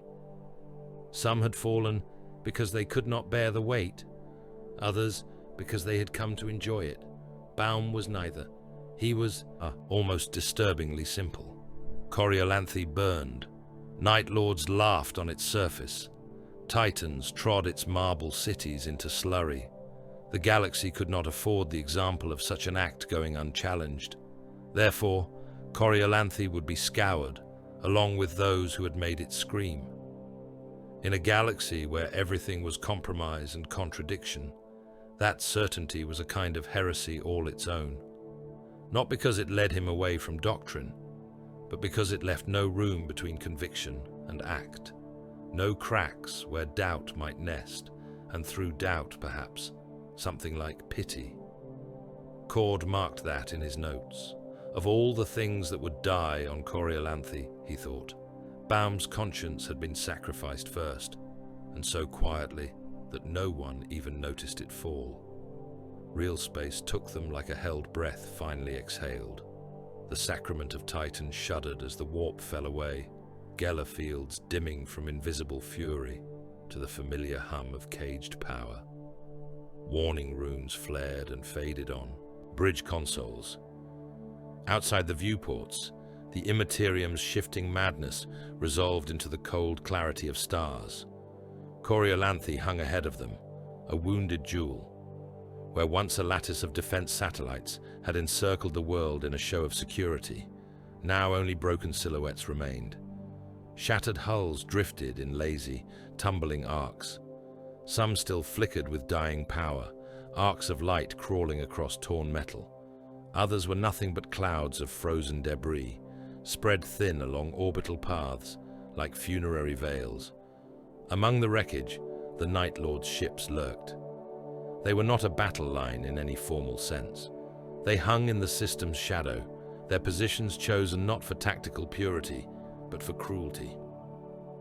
One cruiser kept station over the largest continent, its prows emblazoned with a stylized skull whose empty eye sockets stared down at the land. Raider escorts drifted near the crippled defense platforms, their guns trained upon the ruined weapons they had already silenced, as if daring them to try to rise again. In the Sacrament Strategium, the hololithic projection of the system flared into being, icons tagging each contact in cold script. Green for the new arrivals, blue for the Allied strike cruiser translating with them, red for traitor hulls. The dead satellites showed as grey, a broken ring around the world.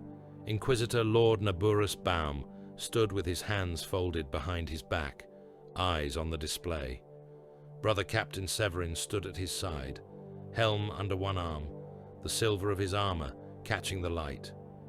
"Translation complete," intoned a servitor voice from the bridge vox. "Primary system stable.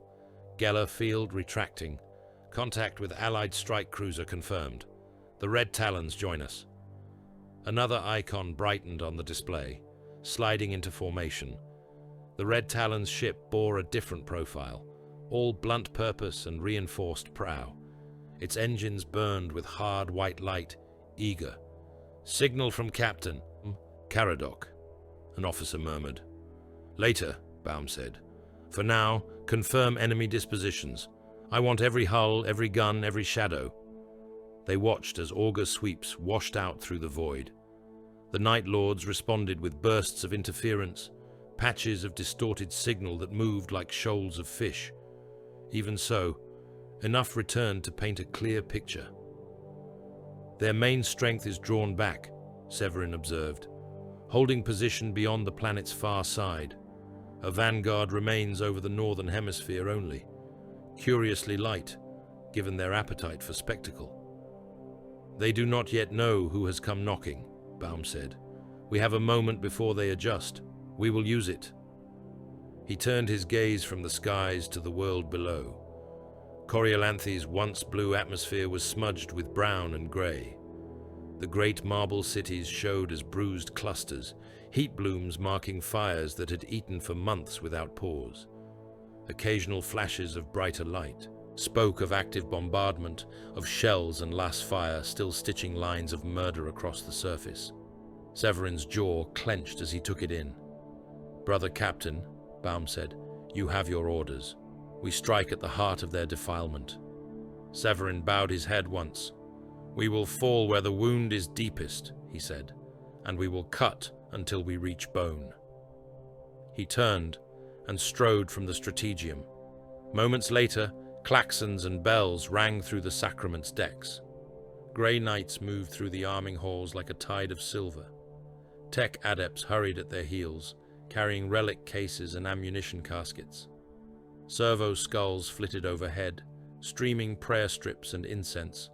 The teleportarium's runes pulsed, bound paths extending from ship to planet, subtle as spider silk and strong as faith.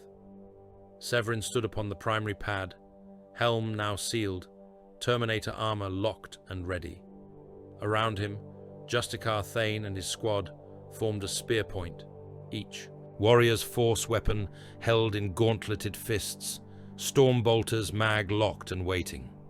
"The most defiled of the marble cities," Severin said over the squad vox.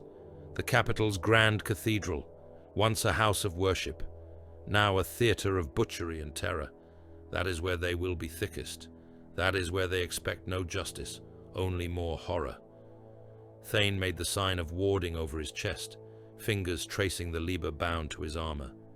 "Then we will disappoint them," he said. He felt the hum of the teleportarium through his boots. Psychic wards flared, forming a cage of symbols around them, a tunnel between here and there. "Make ready," Severin intoned, "for Titan, for the Emperor, for the quiet that comes after." Light claimed them. On the Red Talon's strike cruiser, Captain Caradoc watched the same planetary projection, his augmetic eyes feeding him data beyond normal sight. He did not bother to request joint planning time. That had been done in warp glass and words days ago. This was execution. "Drop pods to stations," he ordered. "Target planetary defense grid structures still structurally sound. Macro batteries that can be retaken. Void shield towers that still have reactors. We will rearm what we can, destroy what we cannot." "Many of those sites lie in populated zones," a lieutenant remarked. Caradoc did not turn. "They are no longer populated," he said. "They are occupied. There is a difference, but it does not matter today." His crozius-bearing chaplain moved among the assembled warriors, chanting the oaths of the Red Talon's grim creed. Their armor, red and black, drank in the deck's illumination. Bolters were checked and rechecked. Chain blades whined as their teeth bit air in hungry test runs. "Remember your work," the chaplain said. "Remember that we are the surgeons of this age. We cut, so others may someday grow whole again. Do not flinch from what must be excised." The pods sealed. Engines growled. Caradoc stepped into the lead capsule, grabbed a restraint bar, and braced as the launch sequence began. In a cathedral once dedicated to the Emperor's light, darkness reigned. The great nave of Coriolanthe's grandest house of worship had become an amphitheater of pain. The vaulted ceiling, once painted with images of saints and angels, was blackened and cracked. Incense braziers had been replaced with hanging cages. Statues of the Emperor and his saints lay toppled, their faces shattered, their bodies defaced with crude sigils. The central aisle had been cleared of its polished pews and filled instead with racks and frames. Chains dangled from the vaulted arches, their ends bearing hooks and manacles. The air stank of smoke and fear. Night Lords moved through the space with the ease of men at home. Some lounged upon broken altars, helms off, their pale faces marked with Nostraman glyphs and old scars. Others stalked between the cages, prodding at their contents with idling blades, listening to the whimpers their attention produced. Vox amplifiers set into the cracked walls played back-recorded screams on a loop, tuned to a pitch that set mortal teeth on edge. A champion stood near what had once been the main pulpit, his armor adorned with flayed flesh and bone trophies. A severed head hung from his belt by a chain, its mouth held open by metal hooks.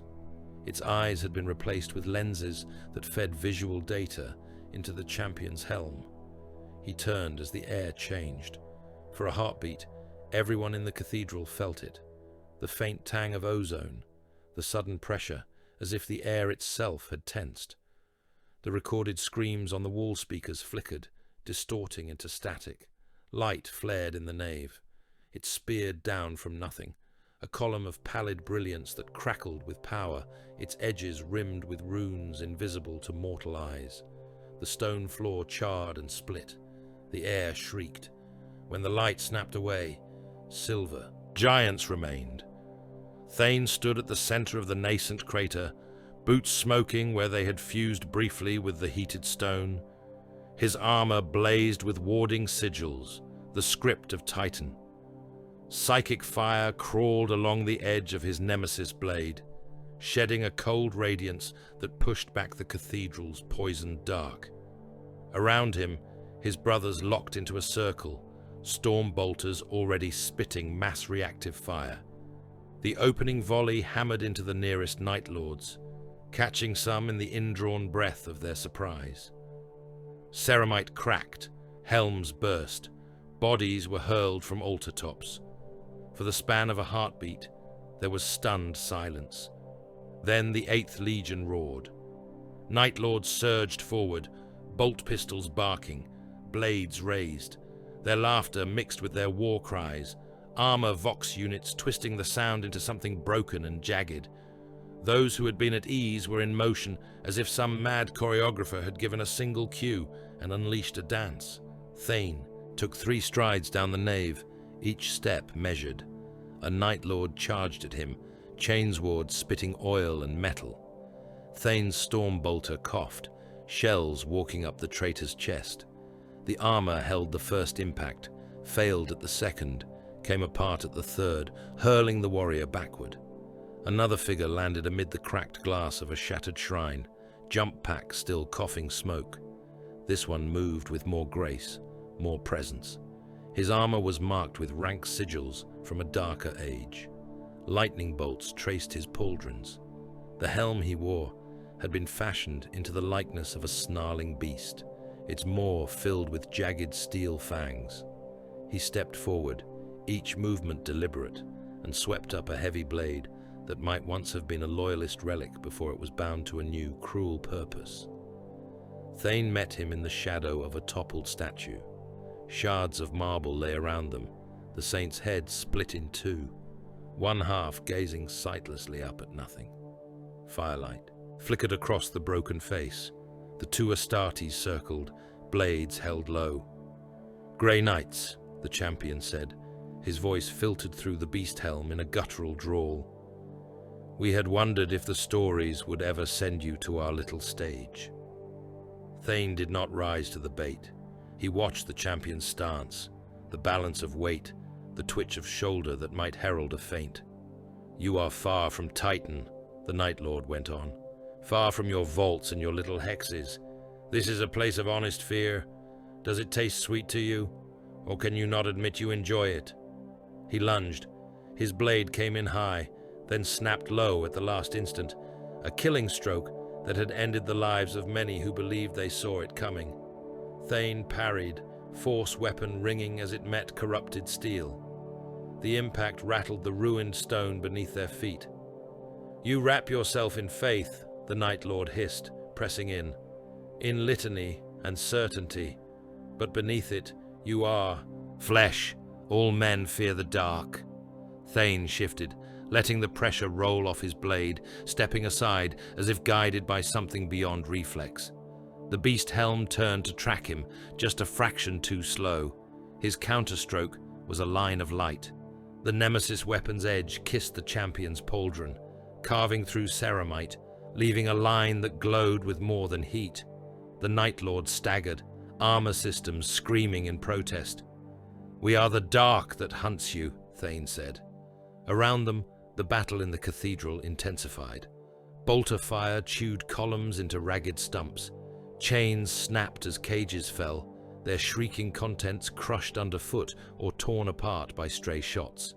Night Lords dropped from balconies on screaming packs, only to be met by hails of stormbolter rounds and arcs of psychic force that flung them aside.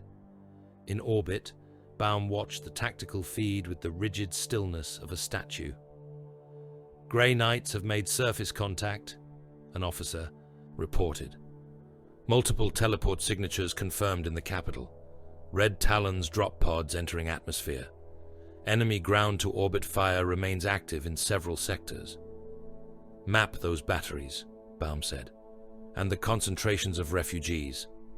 The display obeyed.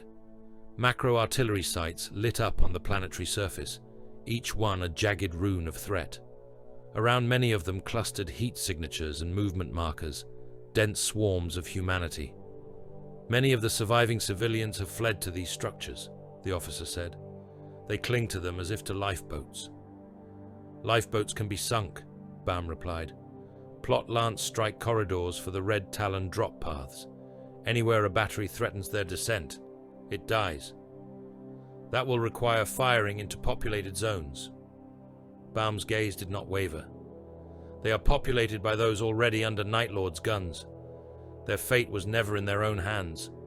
Ours will at least buy something." Orders arced out from the sacrament. Lance batteries along its spine turned with slow, terrible grace. Power gathered, singing through conduits, building until the emitters thrummed with contained fury. Cold beams of white light stabbed down through the orbit, punching through the thin, high atmosphere. They carved straight lines through clouds and smoke, turning air to steam in their passage. Those beams found macro batteries, shrine precincts that had become gun nests, towers where chaos banners had been nailed over imperial eagles. Where they struck, stone and metal and flesh alike ceased to be. Whole city blocks vanished, erased in heartbeats. Structures that had stood for centuries turned to incandescent vapor, then to tumbling, glassy rubble. The clustered human signatures around them flared and went out on Baum's screens. In their wake, corridors opened. Red Talon dropships and Thunderhawks plunged through those cleared lanes, their hulls glowing cherry red from atmospheric friction. Behind them, other craft burned and fell, either caught in untimely enemy fire or simply faithless to the idea that anyone could survive this descent at all. On the ground, Where once a plaza had been choked with refugee tents and makeshift shrines, there was now a cratered wasteland. Into that wasteland, red talon drop pods slammed down like meteorites. Bolts blew the pod hatches outward. Caradoc strode into the ruin. His company deployed around him in precise patterns, overlapping fields of fire, interlocking with the ease of long practice. They took up positions that an artillery officer would have sketched in his dreams, arcs of bolter fire and heavy weapons cross-hatching the approaches. The first shapes to appear out of the smoke were Night Lords. They came on quick and low, seeking to exploit what they thought was the disorientation of new arrivals. They met disciplined volleys instead, bolter shells taking them apart, their armor proving no more immune than any other two. Mass reactive rounds at this range. The next wave were not traitor Astartes at all. Civilians surged up out of broken subway access points and the mouths of shattered hab blocks, drawn by the sound and sight of descending Astartes. Some carried knives and clubs. Others carried nothing but hands outstretched, reaching for the first disciplined guns they had seen in months. Many of them were not untainted. Chaos symbols daubed in dried blood showed on some faces. Makeshift fetishes dangled from necks, marking desperate pacts made in the dark when no loyal help came. Caradoc's helm lenses read movement, trajectory, threat potential. His auspex pinged on concealed weapons and on mutation both. To him, there was no real distinction between a rioter crazed by months of terror and a cultist who had willingly bent the knee. "Contact," voxed a sergeant. "Mixed elements, civilian and corrupted." "Classification?" Caradoc asked. "They move toward us," the sergeant replied. "Then they are enemy," Caradoc said. "Engage." The company's fire did not stutter. Bolter rounds tore through the press, cutting down Night Lords' warbands and frantic mobs alike. A man clutching a ragged image of the Emperor died under the same storm that shredded a cultist waving a taloned knife. If the Lord of Mankind took offense, he did not send a sign. The Red Talon's Vox network hummed with clipped reports. Left flank secure. 30 targets neutralized. Forward avenue swept. 70 confirmed kills, banding unknown. Hostile Astartes unit broken, advancing to macro battery entrance. Their tone might have been a squad of engine seers reading off calibration data. To Caradoc, that was as it should be.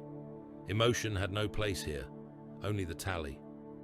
While they advanced, Warpsmith Kalla fought his own battle. He stood at the heart of a captured macro battery, its vaulted control chamber now adorned with chains and dangling cogitator guts. Cultists and twisted engine seers kowtowed around him, their faces smeared with oil and blood.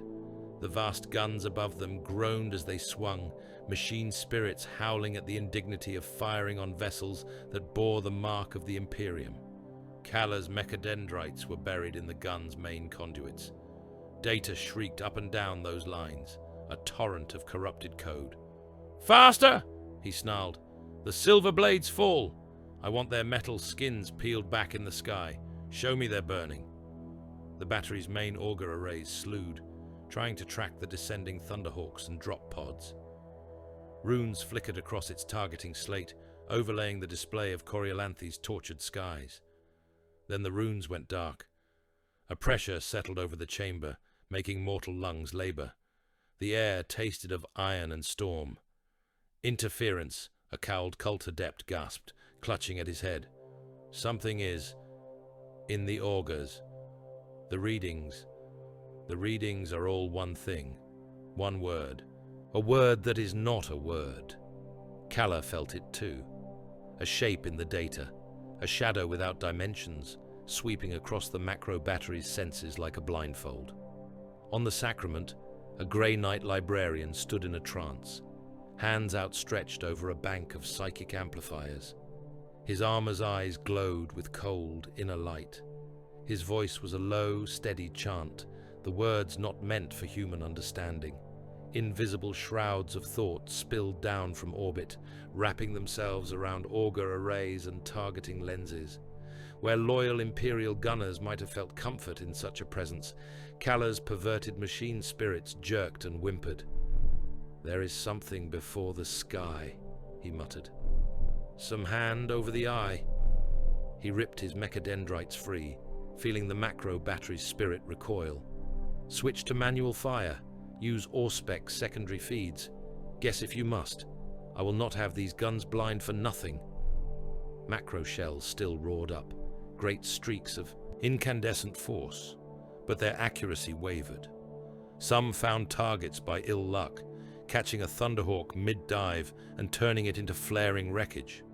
Many more passed wide, ploughing into already ruined districts or sleeting uselessly through empty sky.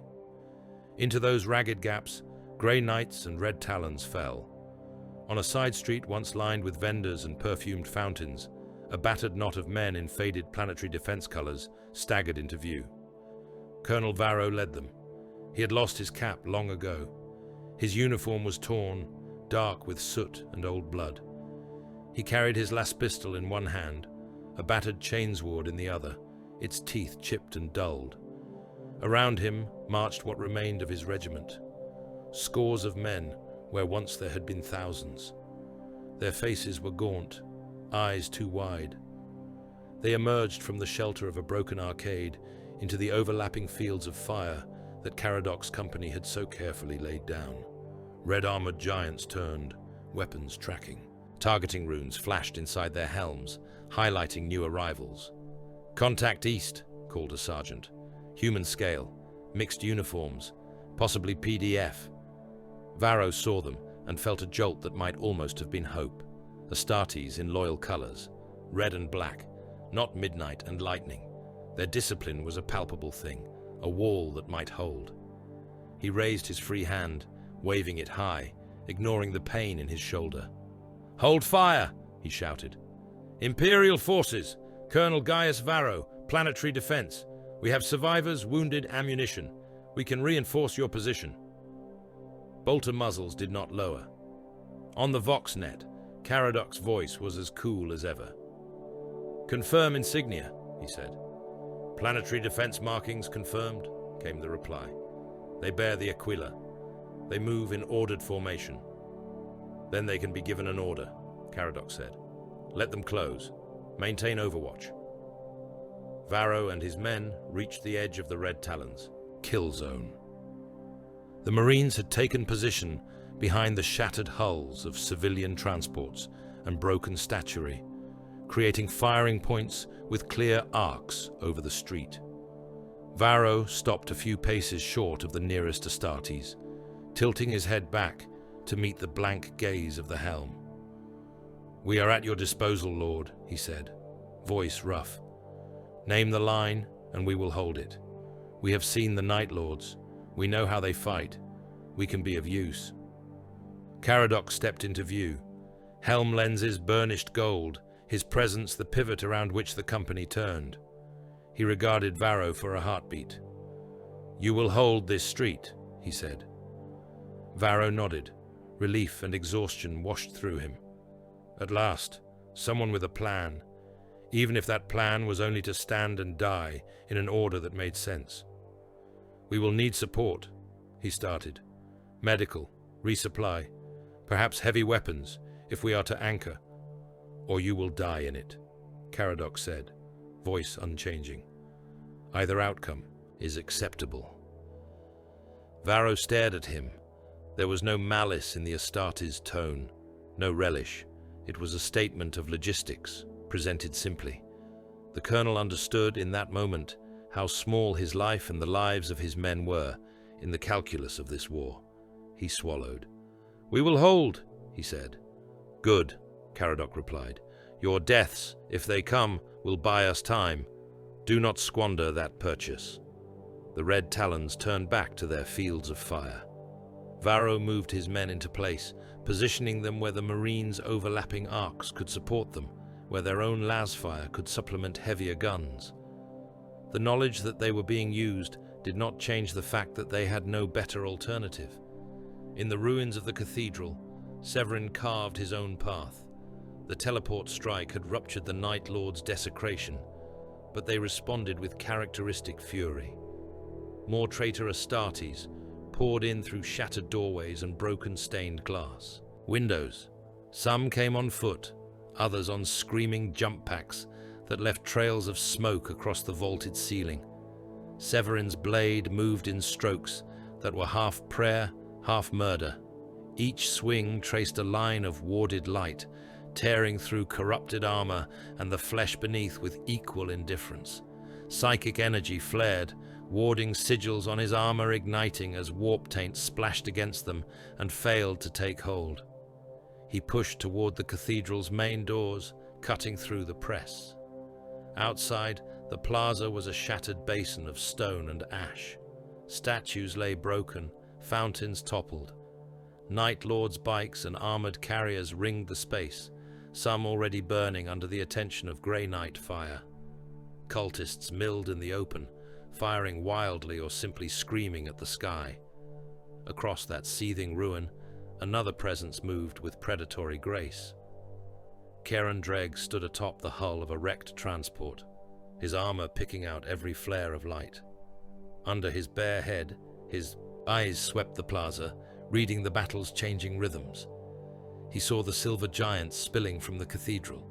He saw the red armored forms of the Red Talons in the distance, advancing methodically through smoke. And he saw Severin.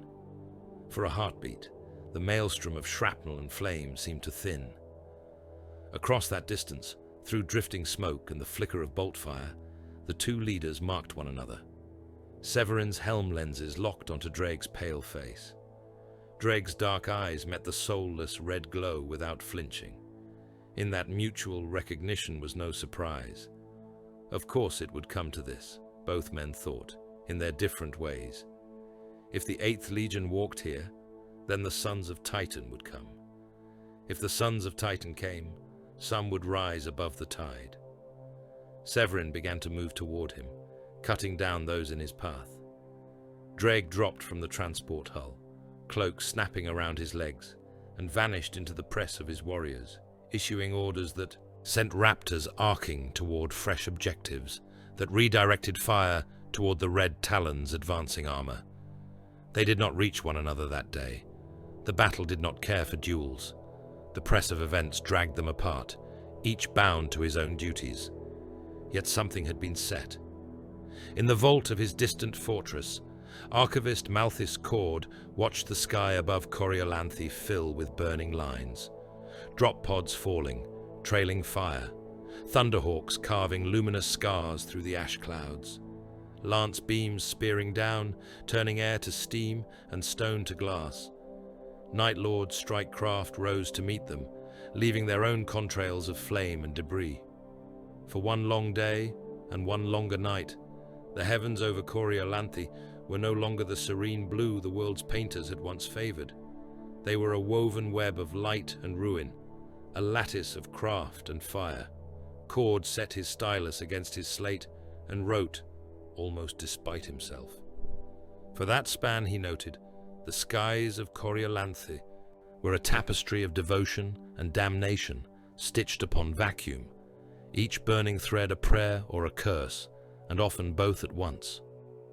By the time the silver and red had walked in Coriolanthe's streets, the world had already devoured itself halfway.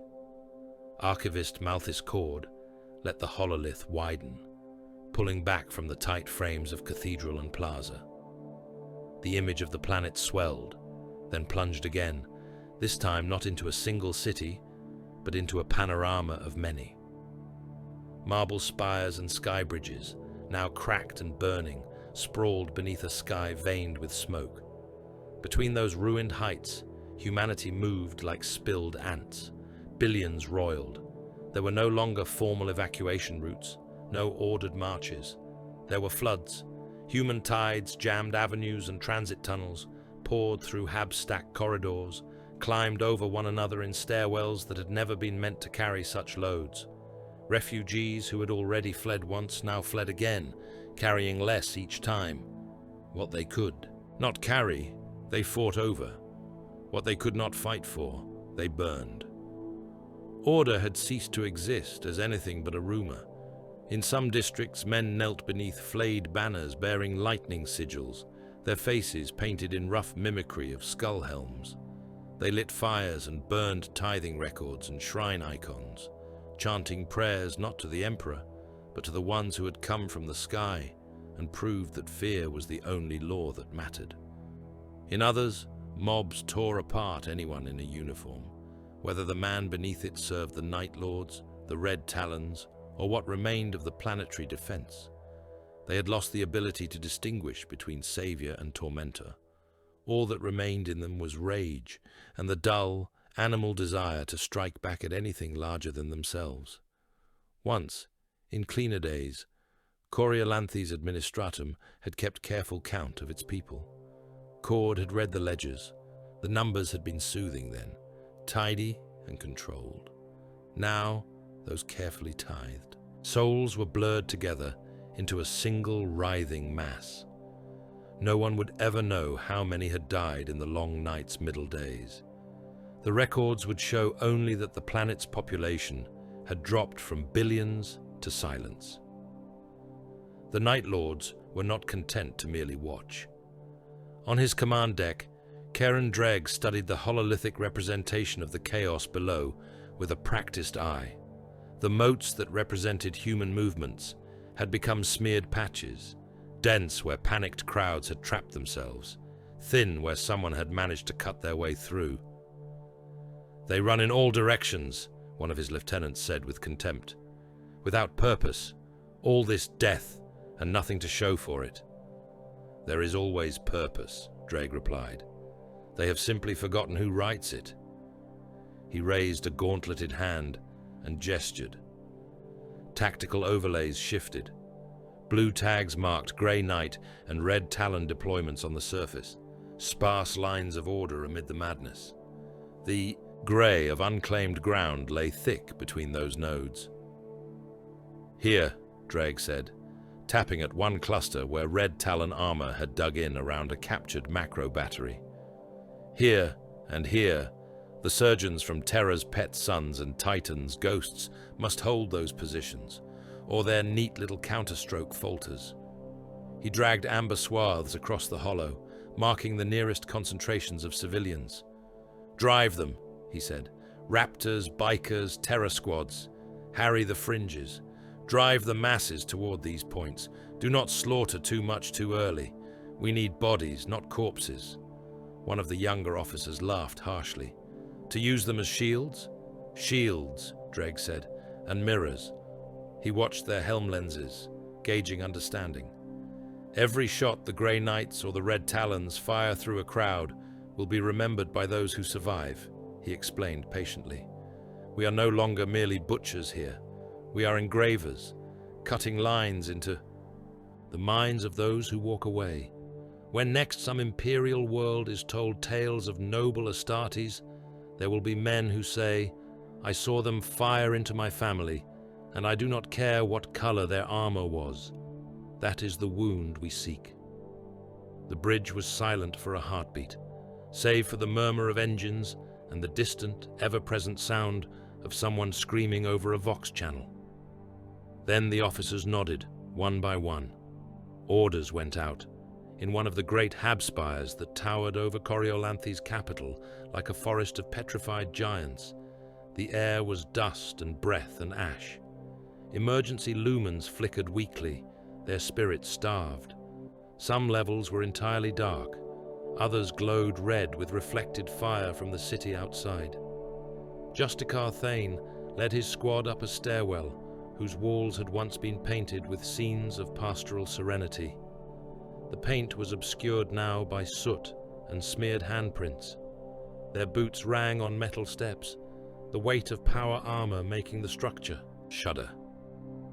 "Auspex is blind," growled Brother Lucan, glancing at the readings on his vambrace. "Too much interference. The whole spire is a noise storm." The squad's voxnet crackled and wailed. Snatches of sound bled across every channel. Screams, laughter, prayers, the memory of other battles. Somewhere, A voice sobbed a name no one on Coriolanthe had ever borne, recorded on some distant field, and now played back here as a weapon. The Night Lords had seeded the bands with pre-recorded cries of grey knights dying. Thane heard one now, echoing through the static, a grey knight's baritone, choked and ragged. "Brothers, it is in me. The fire is in me." The words broke off in a howl. Lucan's breath hitched. Another warrior, Brother Geron, turned his helm a fraction too sharply, as if searching for a comrade who could not possibly be there.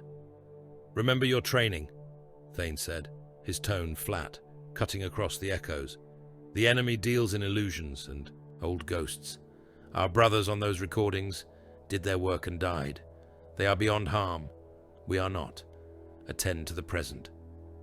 The staircase opened onto a long corridor that curved around the spire's circumference. Doors lined one side, many hanging broken. The other side was a continuous viewport, now crazed with cracks and spider-webbed fractures. Smoke pressed in against it from outside, turning the world beyond into a dim, shifting blur. Movement flickered ahead. "Contact," Thane said. Night Lords stepped from doorways and alcoves, their armor almost black in the failing light. Some walked, pistols and blades held loosely. Others moved in quick, predatory bursts, their jump packs humming just high enough to lift their boot soles from the floor, the promise of sudden leaps in every twitch. They had chosen this place well. The corridor was narrow. The grey of the cracked viewport at their backs meant that every muzzle flash painted the grey knights in silhouette. The press of the Hab's panicked occupants below had filled the lower levels with cries that reverberated up through the structure, echoing along the metal skeleton. The Night Lord's Vox amplifiers folded those sounds back on themselves, turning every scream into 10, every sob into a chorus. Thane drew in a deep breath and let it out. Ozone and burnt dust filled his lungs. "Forward," he said. The corridor erupted. Bolt fire chewed chunks from the walls. Glass exploded inward, shards tinkling around ceramite. Thane moved through the storm as if through rain, Stormbolter chattering, Nemesis blade raised. One of the traitor Astartes darted forward, firing a pistol one-handed, while his other arm swung a hooked chain. Thane's shots took the chain from the air, and then the arm that wielded it. He pushed into the opening, shoulder-checking the wounded Night Lord into the already compromised viewport.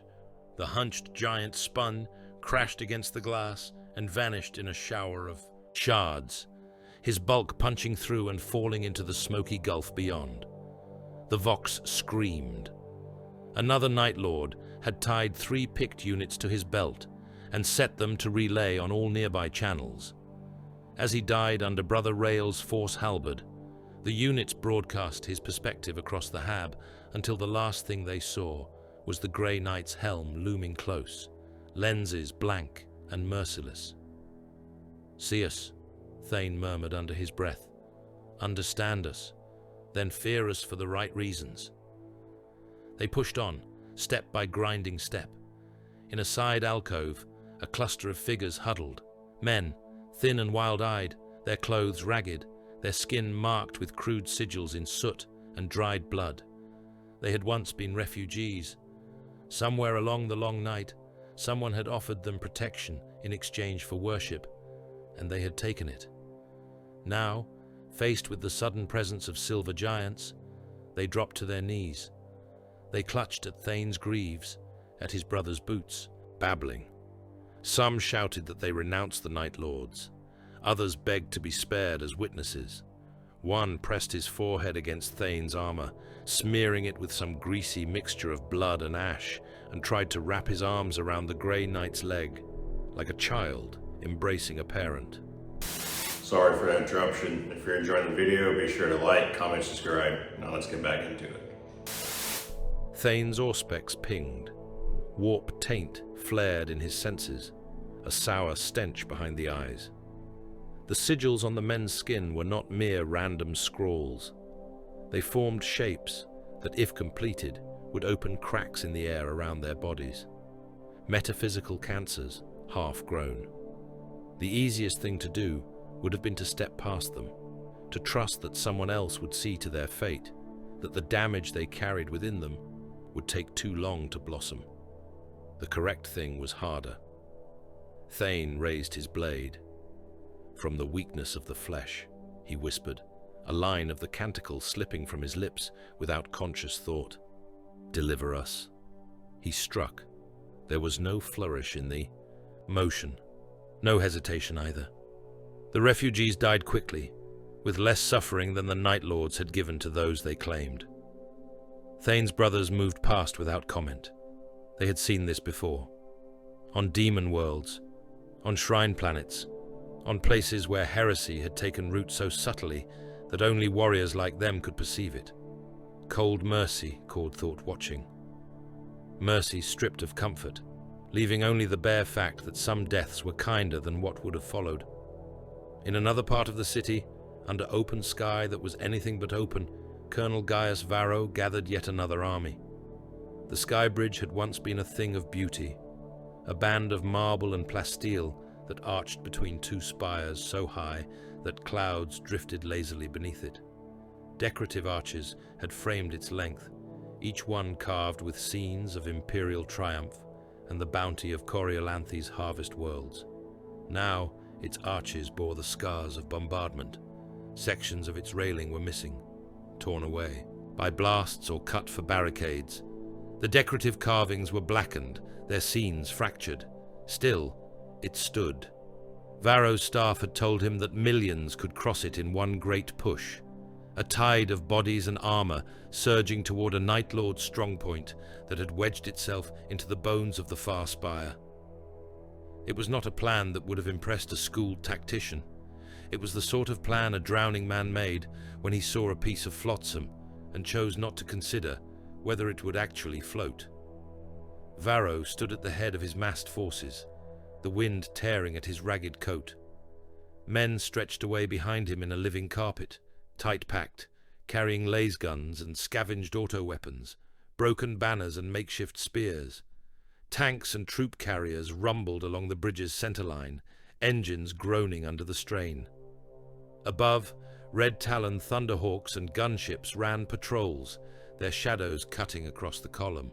Somewhere in the craze of Vox channels, orders moved, coordinating the push.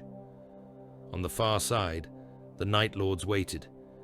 Dreg had seeded that strong point with traps, and he had promised his men a spectacle if the Imperials were foolish enough to come. He had planned crossfires and timed demolitions that would have blown sections of the bridge from below, dropping screaming masses into the void. On the sacrament, Brother Captain Severin watched the bridge on an auger display.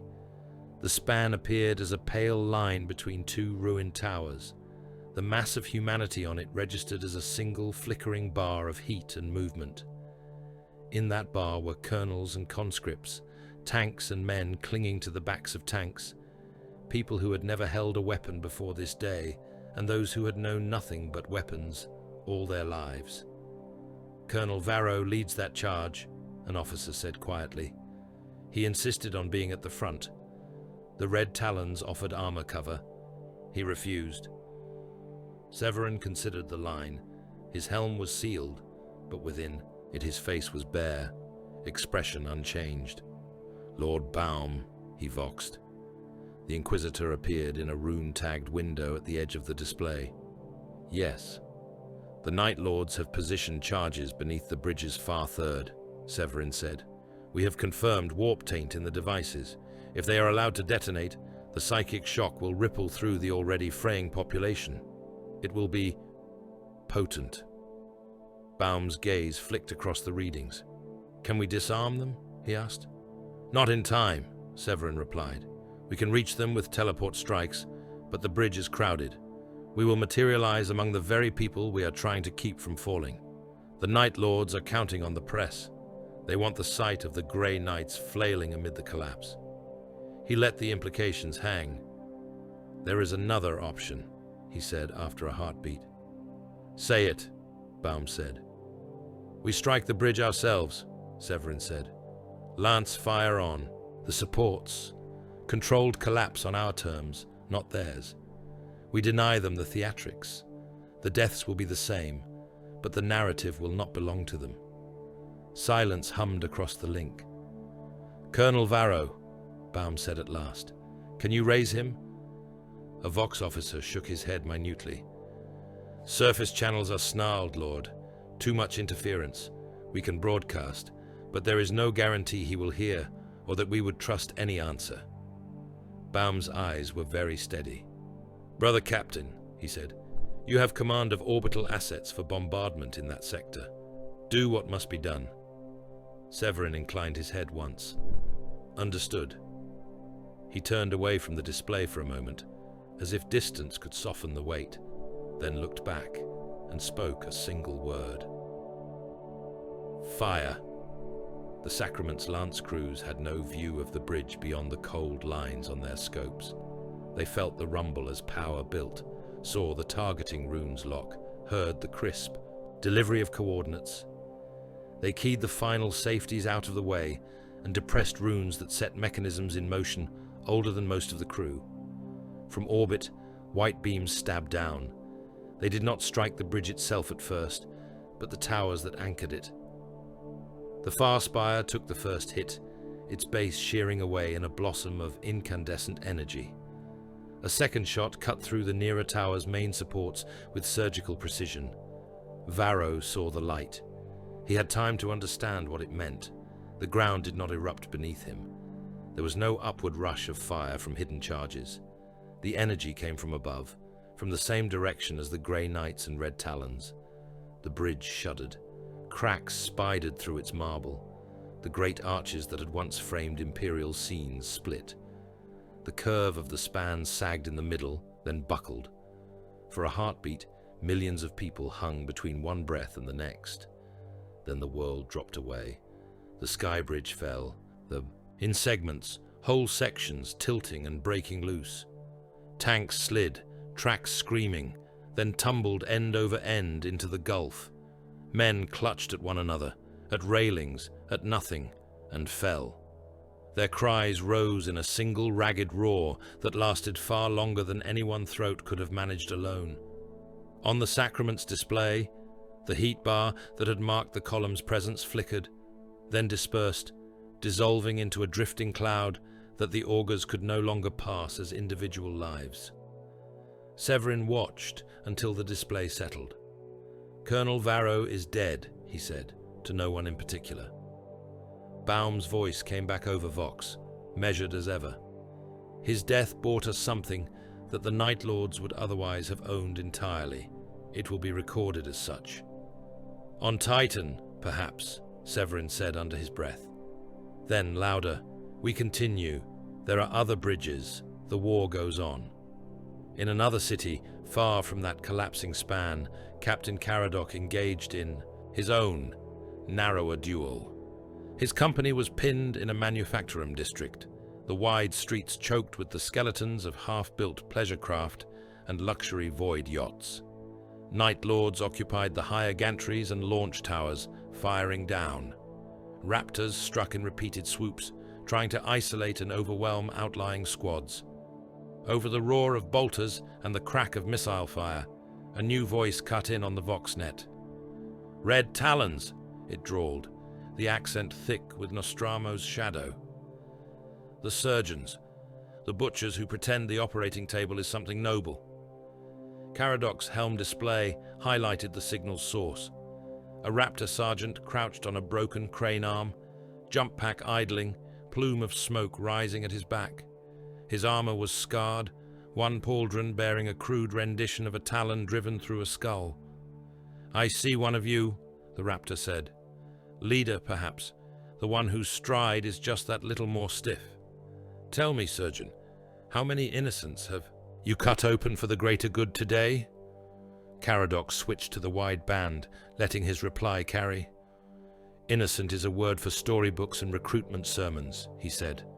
"On this world, there are only those who must die now and those who must die later. We at least are honest about which we prefer."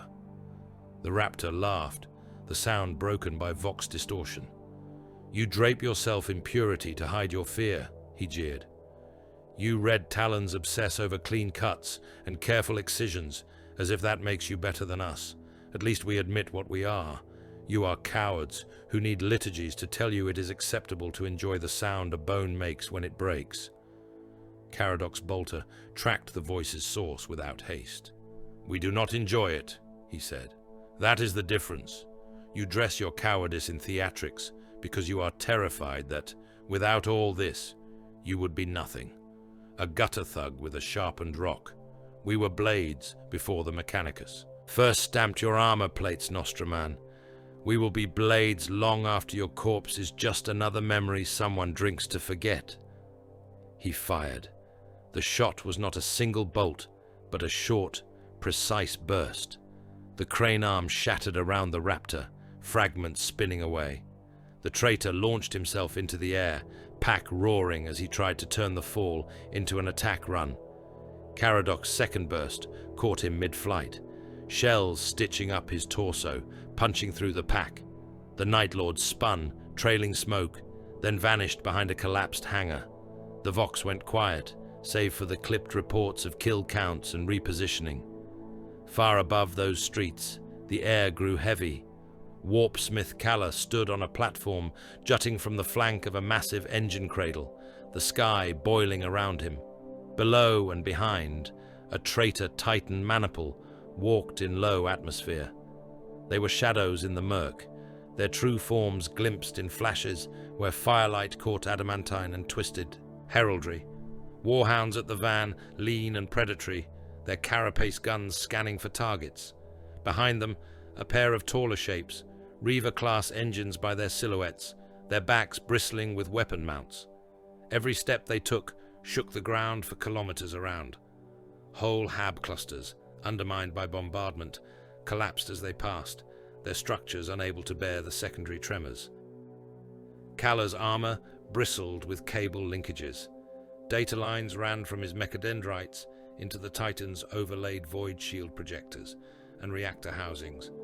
He tasted their machine spirits as faint copper flavors at the back of his throat and felt their rage as a low note in his bones. Forward, he said, toward the heart of their resistance. They have brought their own little engines of war to this stage. We will show them the difference between toys and gods.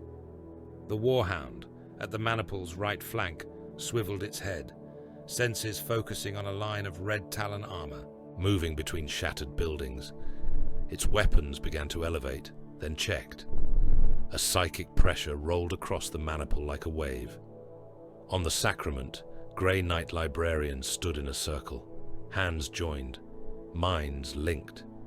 Their voices rose and fell in a harmonic that most mortals would have heard only as a painful whistle. They cast their thoughts down, reaching for the taint that clung to the Titans as grease clings to an engine. They sensed not just steel and circuitry, but something else. Something that gnashed and gibbered behind the logical architecture. Warp creatures bound into engine cores. Chains of equations that had been inverted, turned inside out, made to draw power from places no loyal tech priest would ever name. Their spirits are fettered, one librarian said through gritted teeth. Warp-touched, demons whisper in their coils. They contaminate every stone they tread upon. On the Strategium, Baum listened. We should end this now. Another librarian said. Exterminatus, burn the atmosphere, boil the seas, crush those engines under the weight of their own hubris. Better a dead world than one where such machines walk. Baum considered the readings.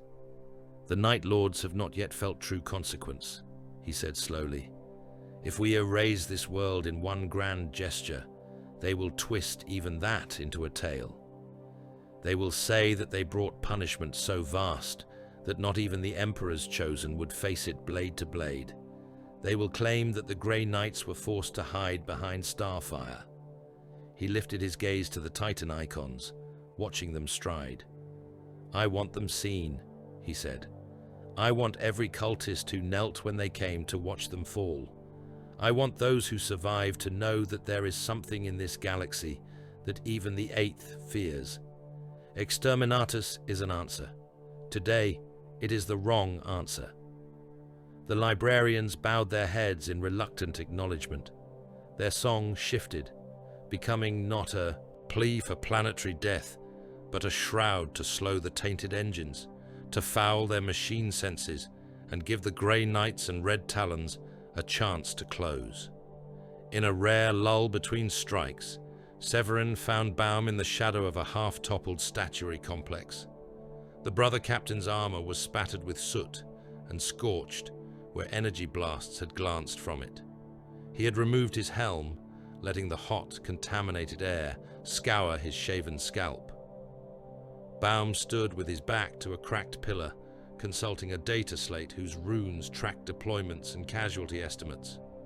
For a few heartbeats, the world around them quieted. Distant gunfire rumbled like far-off thunder. Closer, servitors worked to drag wounded men and broken war machines into makeshift cover. The sky above was a low, roiling lid of smoke. "We are holding more ground than I expected," Baum said without looking up. "For now," Severin replied. He stepped closer, eyes scanning the ruined horizon. "We will not save this world," he said. "We may, with great effort, save its neighbors from hearing its screams." Baum looked up at him. "That is all?" he asked. "It is enough," Severin said. "Any more is hubris." Baum nodded slowly. "Some would say that is a cold view from one sworn to the Emperor's light." Severin's mouth quirked, without humor. "We are his knights," he said, "not his dreamers." When the lull ended, it did so with a renewed fury that washed over their hastily built command post and scattered them once more to their work. In his vault, surrounded by the humming wards of the Ordo Malleus, Archivist Malthus Cord sat with his stylus poised over his slate. He had seen worlds burned by demonic incursion, where the air itself had rippled with unreality, and every survivor was a scar walking. He had seen planets purged by the Astra Militarum, their populations extinguished in neat columns of figures, each digit signed off by some distant lord. General. He had even read records where the Red Talons alone had cut a rebellion out of a hive city, leaving only smoking strata and a tally of traitors eliminated. Coriolanthe felt different, and yet disturbingly familiar. He watched how the Night Lords used fear as a scalpel, how they orchestrated crowds into weapons and legends, how they reveled in each scream. He watched how the Grey Knights and Red Talons responded, their weapons no less final, their willingness to spend lives no less absolute. The distinction, he realized, lay not in the methods employed, but in the intent behind them. The Night Lords killed to prove a point about the universe and their place in it. The Grey Knights killed to ensure that the universe did not learn the wrong lessons. Both saw the people beneath their boots as pieces on a board to be moved, sacrificed, or swept aside. He wrote as much in the margin of his report, choosing his words with the care of one walking a minefield. The difference. Between the eighth and the silver, he penned, lies in motive, not in act. They commit similar deeds, but one does so for the joy of the scream, the other for the comfort of the silence after. I do not know which is more terrible, only which is more necessary. He set his stylus down and stared at what he had written. If he spoke that thought aloud in the wrong company, it would be called sedition or something worse. The Grey Knights did not like to be compared to those they hunted. Inquisitors did not enjoy hearing that their calculus resembled that of traitors when stripped of rhetoric. Cord quietly flagged the passage for his private log only, hidden beneath layers of cipher. Some truths, he reflected, were like the bound things in the sacraments galleries. Dangerous, powerful, and best kept chained in the dark, where only those already damned by knowledge would ever see them. Dawn came late to Coriolanthe. The sun dragged itself up over a marble metropolis that no longer shone. Smoke lay thick over the city, a brown pall that turned the light into something sour and thin. The towers that had once caught the dawn and hurled it back in dazzling reflections now stood as cracked silhouettes, their facets blackened, their windows empty. The ground trembled. Dust sifted from broken cornices and snapped arches. Loose masonry skittered down the sides of shattered hab blocks. In the choke of some half-collapsed avenue, a man looked up from the gutter where he was crawling and thought, stupidly, that the planet itself had decided it was time to shrug off everything clinging to its surface. Then he saw the god engines. 2 warhound titans came first. They strode between the ruined towers with the gait of creatures who had forgotten what it was to fear uneven ground. Each step crushed wreckage and bone, turning marble paving into powdered slurry. Their hulls were a patchwork of old loyalist colours and new, obscene heraldry, banners hanging from their carapaces that bore sigils no one on Coriolanthe could name, the marks of an unknown traitor, legio long lost to official records. Where once an aquila had spread its wings across a titan's breast, now serrated shapes curled there, runes that writhed if looked at too long. Vox arrays jutted from their shoulders like clustered horns. From some of those horns, a sound emerged that might have been a hymn once, before it was inverted and filled with laughter. Beyond them, half veiled by smoke and distance, larger shadows moved. Distant god forms, their outlines distorted by heat haze and psychic interference, strode along the horizon. Reaver silhouettes, maybe more. Each footfall was a hammer on the city's ribs. Whole districts, weakened by months of bombardment, sagged and gave way as those footfalls sent shockwaves through their foundations. Towers that had survived Night Lord's fire finally toppled, falling in slow arcs, their collapse adding to the spreading cloud of dust. On the ground, men and women ran because there was nothing else left to do. Civilians who had been driven from one refuge to another found themselves in streets that buckled underfoot. Planetary defense troopers who had sworn a dozen times not to retreat again fell back anyway, plasma guns limp in their hands. Even some of the Night Lord's mortal followers scattered, animal instincts overriding whatever cult devotion had dragged them to this point. On the Night Lord's flagship, Kieran Dreg watched the god machines advance on a hololith that floated above his strategium table. The Titan's icons were not simple shapes. They writhed with sub-visual distortions, as if something in the ship's augurs could not quite look at them without flinching. Dreg's helm rested on the arm of his throne. His bare head was bent forward, dark eyes hooded. "Engines of old sin," he murmured. "At last, this world gets to see what walks above its little marble fantasies." Around him, officers reported surface movements in clipped, efficient tones. "Grey Knight concentrations here and here," said one, tapping at red glyphs that jittered around the city's center.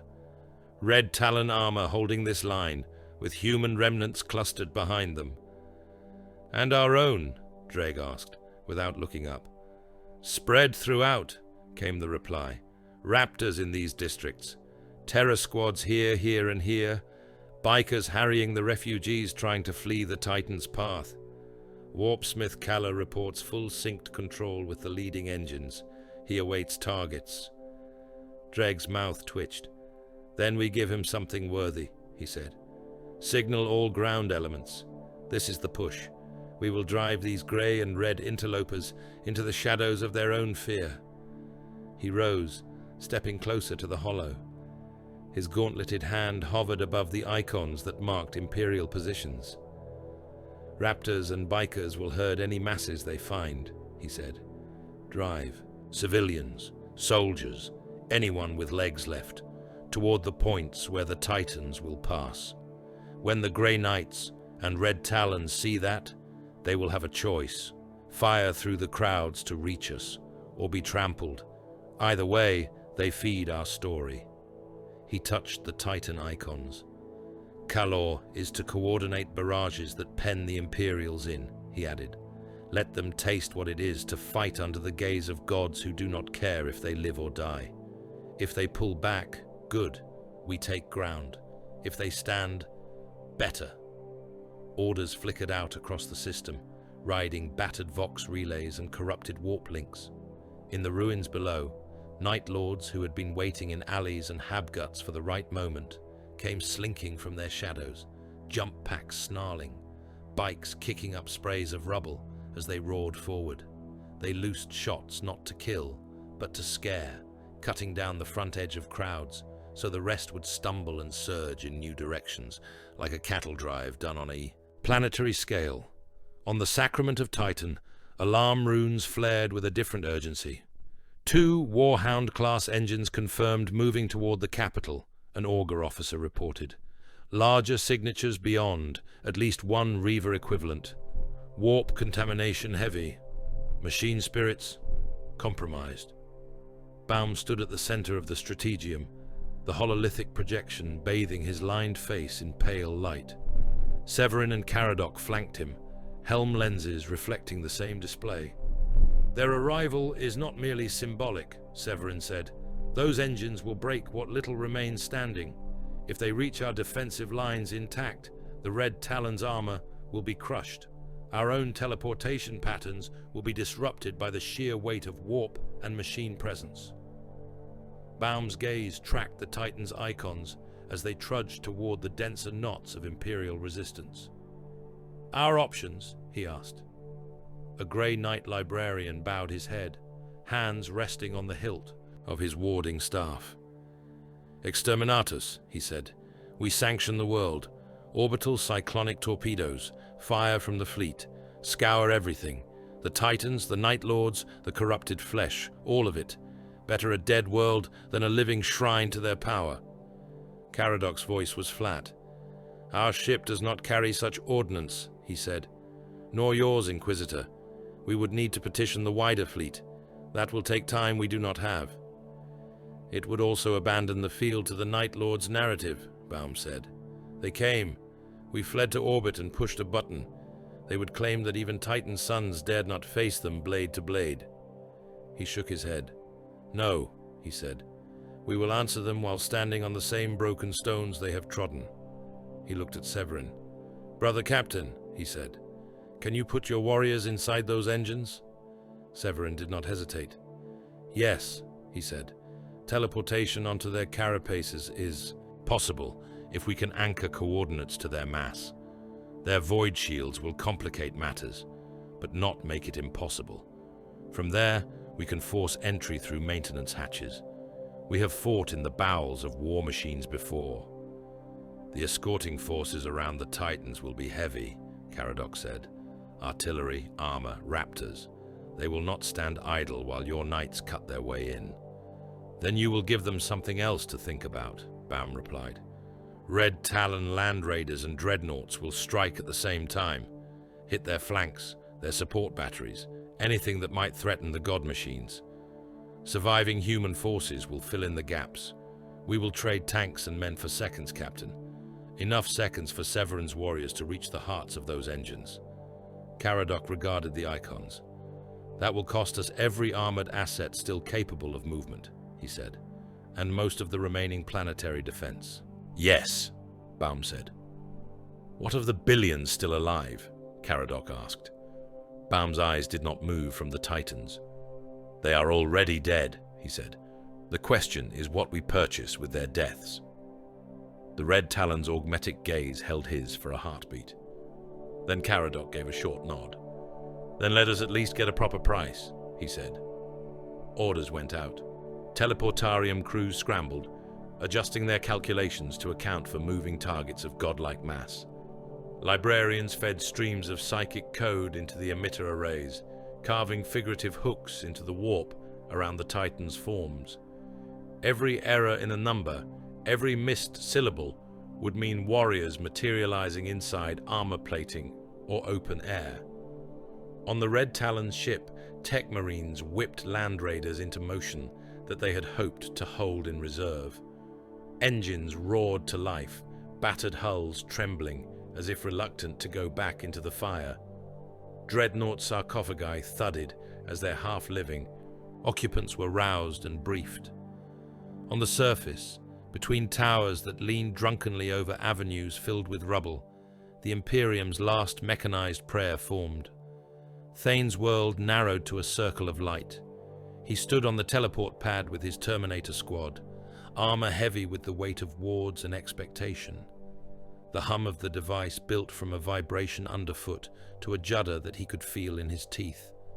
Auspec's readings scrolled down his helm display, ghosts of the Warhound's position flickering as the engine moved. "Lock achieved," came the disembodied voice of the teleportarium master. "Anchor point set. You will translate onto the dorsal carapace, port side. Expect movement. Expect fire." "Always," Thane said. He tightened his grip on his nemesis blade. His brothers did the same, storm bolters tracking over the pad's edge as if they might already need to fire. The world tore. Light slammed into them, not gentle or enveloping, but like being struck by a hammer made of glare and sound. For an instant, there was nothing but that impact and the sour tang of ozone. Then the light vanished. They were no longer on the sacrament. They stood atop a moving world of warped metal. The Warhound's carapace stretched around them, a curved expanse of plating that bucked and rocked under their boots with every stride. The Titan's head jutted ahead like the prow of some nightmare ship. Sensor arrays twitching, weapon mounts swiveling. Exhaust vents along its spine belched hot fumes laced with the stink of burning oils and something less easily named. The air around them was a storm of flak and energy. Demon-engineered turrets mounted along the Titan's back whirled as the grey knights appeared, their muzzles already glowing. Flesh-metal growths pulsed between armor plates, extruding slick nodules that spat warp-tainted projectiles. Above, the sky was a churning lid of smoke and stray fire, Imperial and traitor shell, tracers overlapping in insane patterns. Thane's boots locked. Mag clamps in his greaves bit down on the metal beneath, anchoring him against the sudden sideways lurch of the Titan as its pilot reacted to their presence. His brothers did the same, their movements synchronous, a drilled instinct. "Forward," Thane voxed. "Breaching point is ahead of the port shoulder. We carve a path." He moved. Storm bolter rounds tore into the nearest demon turret, blowing it apart in a fountain of warped metal and shrieking ichor that sizzled on his armor. Nemesis blades flashed, their edges shearing through extruded flak guns that had once been sane weapons before Kala's attentions.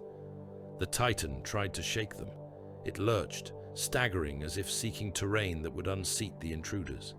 Buildings fell beneath its feet as it changed course. On its back, the grey knights moved like ticks on a hound, stubborn and anchored.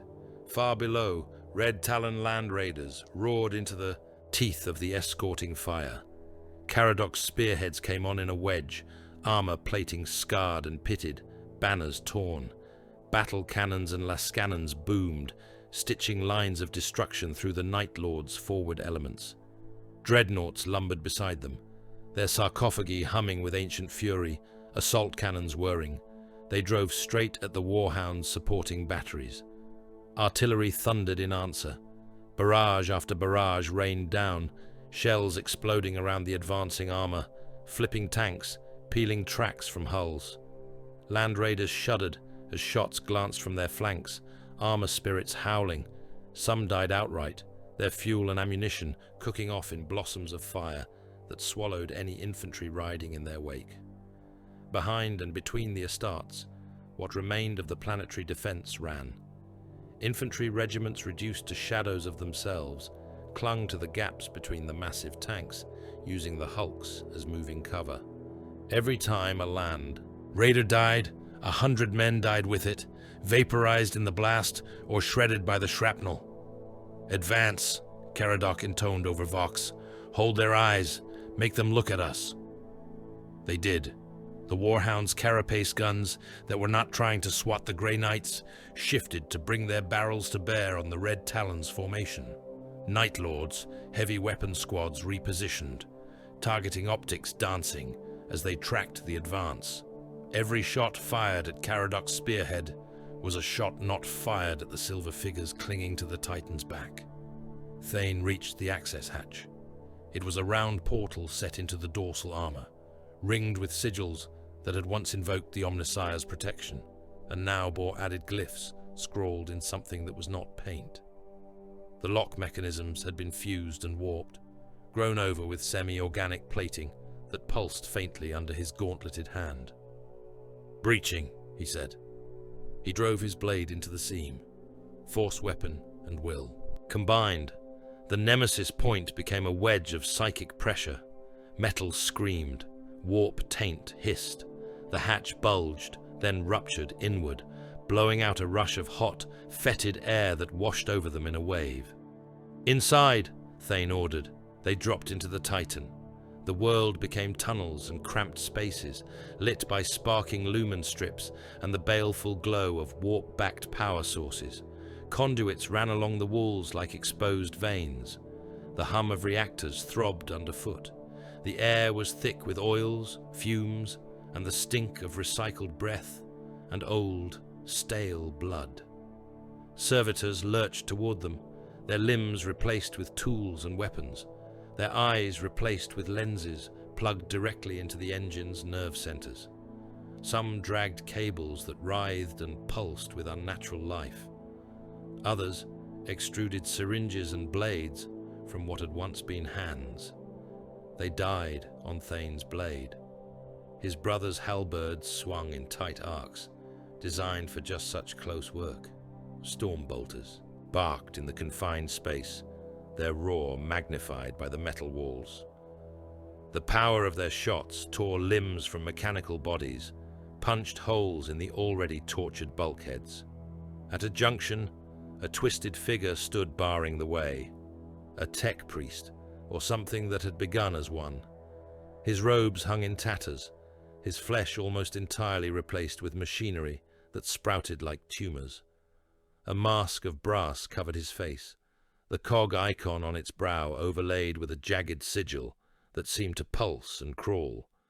He raised a staff crowned with a bundle of data spikes.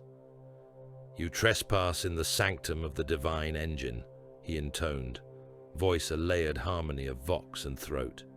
"You are impurities. You will be burnt out." Thane replied by moving. Their duel was brutal and close. The tech thing's staff spat arcs of coruscating energy, force fields springing up to deflect Thane's strikes, only to flicker as the nemesis edge bit deeper, its own inbuilt wards tearing at the unnatural. Energies. Servo limbs lashed, claws scraping against ceramite. Thane took a rake across his helm, his display flaring with static for a heartbeat. He drove in regardless, trusting muscle memory and the guidance of his oaths. His blade took the tech priest through what remained of his chest. The creature spasmed, Vox Grill emitting a shriek that oscillated up through frequencies meant for no mortal ear. Thane pulled the weapon free and stepped over the collapsing frame. "Forward," he said. "The Princeps throne will be near the heart. We end him. We unseat the engine." On the other Warhound, Severin led the way. His teleport strike took him not to the carapace, but into the Moderati pit, the nerve center from which the Titan's movement and weaponry were directed.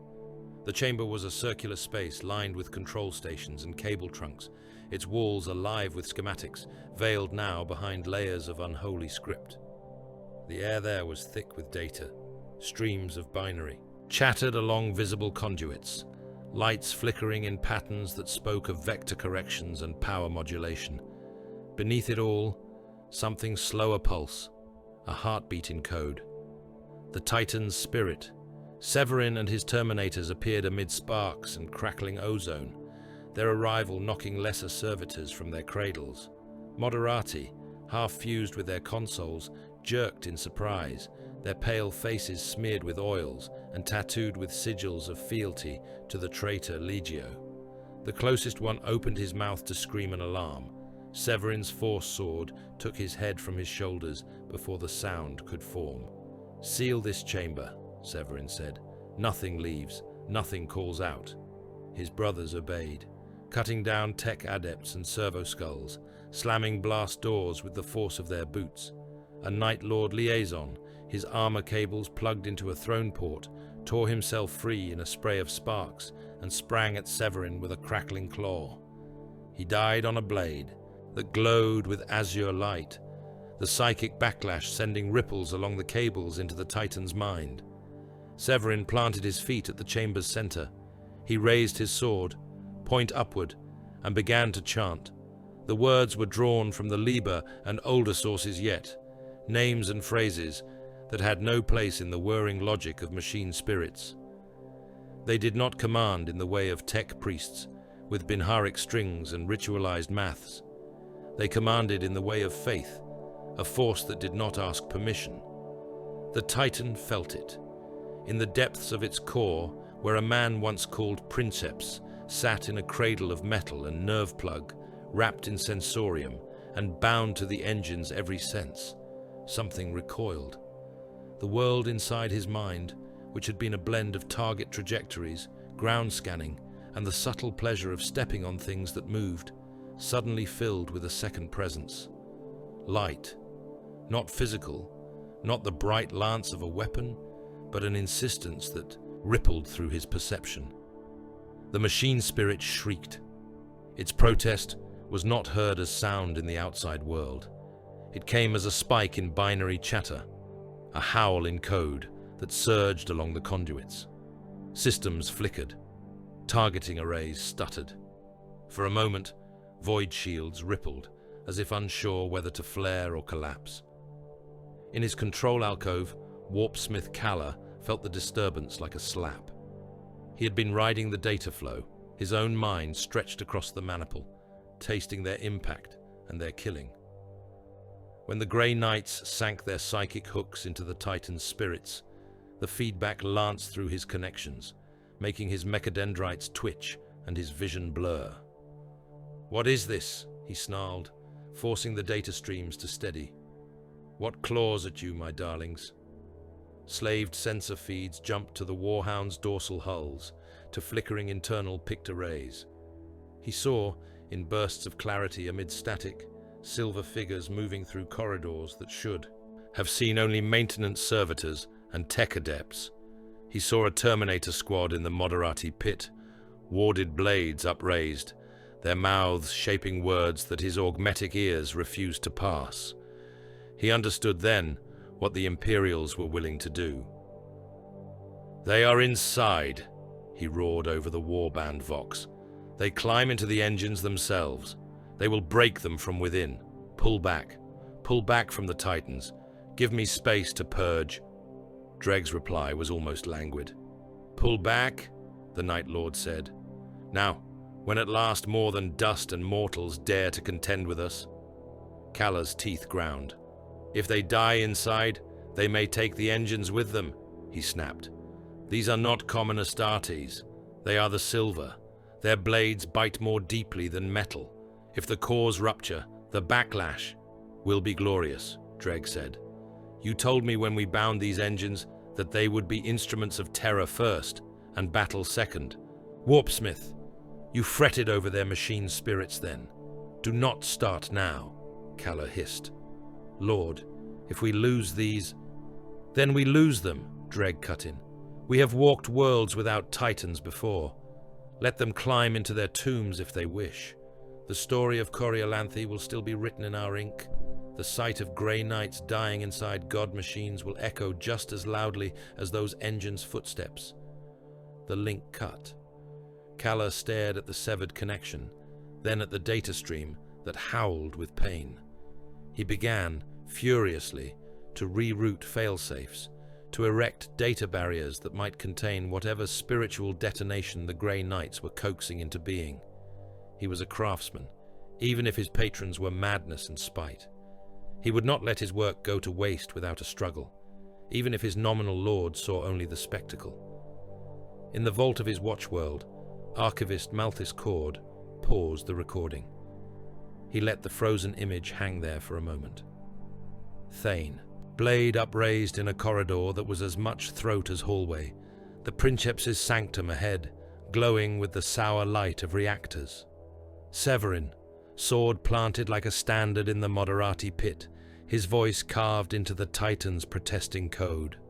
Outside, red talon armor burning and advancing in the same breath. The god machines that had broken Coriolanthe's cities, he thought, were not going to be felled by rival engines or the angry weight of an imperial fleet. They were going to die because a handful of silver-armored men had decided that walls and armor and sanctity were just more things to walk through. He allowed himself the faintest hint of a smile. It was a bitter thing, with no joy in it, but there was a kind of satisfaction all the same. In an age that worshipped big guns and bigger numbers, it was almost comforting to be reminded that, given enough will and the right kind of blade, even a god machine could be killed from within. The god machine screamed. Thane felt it through the soles of his boots and the bones of his skull. The Warhound's reactor throbbed like a diseased heart, each beat sending a fresh shudder through the cramped corridors. Warning runes flickered on every lumen panel, cycling through a dozen script schemes at once, as if the engine could not decide which set of codes might save it. He pushed on. The passage narrowed, conduits and cable bundles hemming him in. Heat rolled off the walls in waves. Sweat stung his eyes beneath the helm's seals. Behind him, his Terminators advanced in a tight file, boots clanging on grated decking, storm bolters held close in case some last defender lunged from the maze of metal. Servitors did. Twisted things of flesh and piston. They lurched from recesses, cables trailing from sockets in their skulls. One swung a cutting torch, another a cluster of syringes. Their movements were uncoordinated, panicked. The machine spirit that had guided them was in agony, and its pain made its servants stumble. Thane's blade moved in short, brutal strokes. He hacked through a reaching limb, stepped past a spraying conduit, drove the nemesis weapon through a torso that was mostly armor plate over pale, wasted ribs. He did not slow. Every heartbeat spent here was another heartbeat closer to the reactor's final detonation, and he intended that blast to serve his purpose, not the enemy's. The corridor opened into a chamber. It was not large. Titans did not waste space on anything that was not vital, yet the room felt vast after the confines of the tunnels. Cables ran along its walls like roots, converging at a central throne where metal and meat had become one. The princeps was a fused shape of bone and steel, suspended in a cradle of support arms and data spikes. Tubes disappeared into what remained of his flesh. His eyes were covered by a visor that pulsed with ghostly light, his mouth open in a silent scream that might have begun years ago and never stopped. Around him, the air shimmered. Warp taint crawled along the cables, an oily sheen of unreality that made the edges of the room blur. The princeps's shadow writhed on the bulkhead behind him, not quite matching his movements. Symbols scratched into the metal around the throne, glowed faintly, inverted prayers to an engine god that had nothing to do with Mars. Thane stepped forward. The princeps's head turned, just a fraction, as if some buried human reflex had sensed motion. The visor flickered, images swimming across its surface. Cities trampled, fire. The joy of crushing something small and moving, over and over and over, until the memory of its shape had blurred into a smear. The machine spirit felt Thane too. It bucked. The chamber shuddered as the Warhound stumbled, its gait faltering. Somewhere far above, Titan feet missed their precise cadence. Buildings that had been spared a step were caught instead, collapsing as the engine tried to shake the foreign presence inside. It. "Hold," Thane voxed to his squad. "Brace." They anchored themselves in place with mag clamps spreading out to cover the approach. No more servitors came, no tech adepts, no Night Lord's liaison. Those had been culled already, or were needed elsewhere. Only the heart remained. Thane lifted his weapon. "Princeps," he said. The thing in the throne twitched. "For your crimes against the Emperor and his realm," Thane said, "for every soul your engine has ground underfoot in the name of terror, you are condemned." He stepped closer. The air deepened around him. The warp taint recoiled from the blade's light, but it did not flee. It gathered, thickening, sensing threat, and readying its own strike. Thane began to speak. The words were not directed at the princeps alone, nor at the machine spirit, nor even at whatever demon had sunk claws into this place. They were for all of it, and for himself, and for the universe that might be listening. The final verses of the Canticle of Absolution flowed from his vox grill. From death, deliver us not, he intoned, each syllable a hammer blow. From suffering, deliver us not. From fear, deliver us not. Let us feel these things and be unmade, that what endures in their ashes be worthy of your name. Light blossomed along the nemesis blade. He drove it forward. The point bit through metal and meat, punched into the princeps' breast. For a heartbeat, there was resistance, as if the engine itself tried to push the weapon out. Then the wards bit, and that resistance faltered. Something screamed. It was not a human sound. It was not entirely mechanical either. It was a composite of the two, laced with a third element that had never been flesh or steel. The cry shook the chamber, cables writhed, sparks sprayed from junction boxes as systems failed. In the depths of the Titan, the reactor's containment cracked. Alarms that had been wailing for long minutes climbed to a new pitch. Pressure readings spiked. Chains of emergency venting commands fired and were devoured by gibbering code. The core, which had been balanced on the edge of criticality since Thane and his brothers had begun their assault, tipped. Out, Thane voxed. Now! He wrenched the blade free. Warped coolant spilled from the wound, hissing as it met the blade's light. His squad did not argue, did not linger to admire their work. They turned and ran for the breach, boots pounding. The warhound staggered. One vast foot came down a fraction too far to one side, crushing what remained of a manufacturing block. Its head swung as if shaking itself, weapon mounts tracking targets they could no longer properly see. Void shields flickered, collapsed, tried to rise again. Power built in its heart. Severin felt it. In the other Titan, standing in the Moderati pit amid the ruin his own squad had made of the crew, the brother captain's raised sword trembled in his hand, not from weakness. From the resonance of the words he spoke and the answering roar of the machine spirits around him. Circle, he commanded. His surviving Terminators moved into position, forming a ring about the central access shaft that led down toward the reactor. Their armor's warding sigils flared, lines of script lighting as if written in fire. Each warrior drove his blade point into the deck, anchoring himself both physically and psychically. Severin's voice rose. He did not use the canticle entire. There was no time. He chose those lines that bound, that inverted the warp's logic and forced it to swallow its own poison. By faith we carve the circle, he said, tone low and steady. By will we draw it closed. No demon crosses, no taint escapes. All that comes within is unmade, and all that lies without is untouched. Psychic pressure pressed down on them like a new gravity.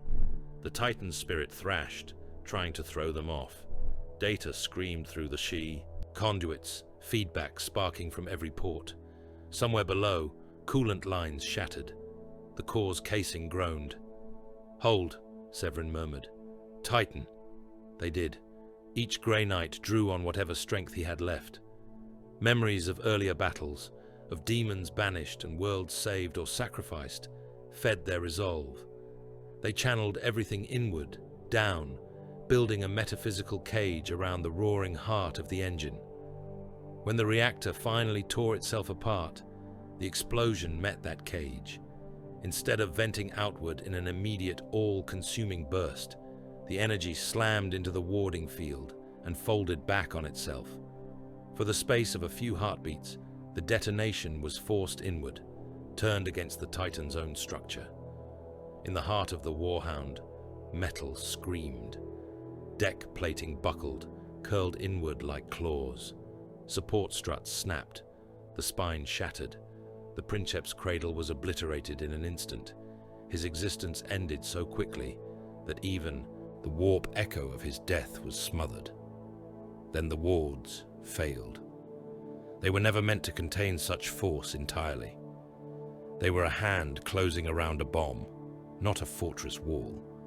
When they collapsed, they did so with a psychic shock that flung Severin and his brothers from their feet, slammed them against consoles and bulkheads, sent armor ringing. The explosion found its way out. From outside, the killing of the Titans looked simple. Two god machines, striding through ruined streets, staggered in near unison. Their steps faltered. One dropped to one knee, its weapons slewing uselessly toward the sky. The other listed to one side, its head tilting in a caricature of confusion. Then twin suns bloomed. Light speared from their torsos, piercing armor plating that had withstood void strikes and the focused hatred of entire batteries. Fire erupted from every access point, every joint, every gun housing. Great slabs of metal blew outward, tumbling end over end through the air. For a moment, they were towers of white radiance, pillars connecting ground to sky. Shockwaves rolled out from them. Already ruined districts were shattered anew. Walls that had been cracked were flattened. Towers that had been leaning far beyond any sane angle finally surrendered their grip and plunged down, inaugurating cascades of collapse as neighboring structures followed. Streets became chasms. Chasms became grave pits. Those who had the misfortune to be within sight of the detonations were burned to shadows where they stood. Those further away were flung from their feet, ears ruptured, lungs battered. Fires that had been guttering flared to new life as the blast sucked in air and hurled it outward. Millions died in those moments. Refugees who had run from Night Lord's blades, cultists who had knelt under corrupted banners, loyal soldiers who had refused to yield their last fallback posts. Some died on their feet, weapons raised, faces turned toward the impossible spectacle. Others died alone in rubble, never knowing what had ended them. The traitor Titan Legion reeled. In the upper atmosphere, where the larger god forms had been moving toward the capital, vox nets howled with disjointed messages. Princeps cried out as the manifold links that bound them to their smaller kin snapped like overstressed cables. Machine spirits keened. Some engines balked, slowing as their newfound companions vanished from the shared awareness that had made them feel something like belonging. Warpsmith Kalla tasted the loss like acid. His data links spat static. Feedback arced through his augmetics, making his limbs convulse. For a moment, his vision went white. When it cleared, the feeds that had shown him through Warhound eyes were dark. He was still linked to the Reavers, to the larger engines, but the absence of the smaller god machines was a wound. "Gone," he snarled. "You let them be taken." He did not specify whether he spoke to Drake, to the cowardice of fate, or to whatever demon had tugged the dice this way. On the ground, the shock of the twin deaths rippled through friend and foe alike. Red Talon squads who had been braced for the Warhound's guns found themselves instead pelted with debris. One dreadnought was simply gone, replaced by a crater and twisted fragments of ceramite. The rest staggered, then caught themselves, armor spirits howling with triumph and pain. Grey Knights, those still upright on the surface, felt a different echo, a hollowing in the warp, a space where something large and poisonous had been cut out. It did not make the air cleaner. There was too much corruption still, but it lessened the pressure by a measure. For a heartbeat, hope seemed less like a sin. Karen Drake did not see it that way. On his bridge, he watched the icons of the Warhounds go out. His jaw tightened, just enough to draw the skin taut over old scars. "Well played," he murmured. He had not expected the Grey Knights to strike the engines so directly.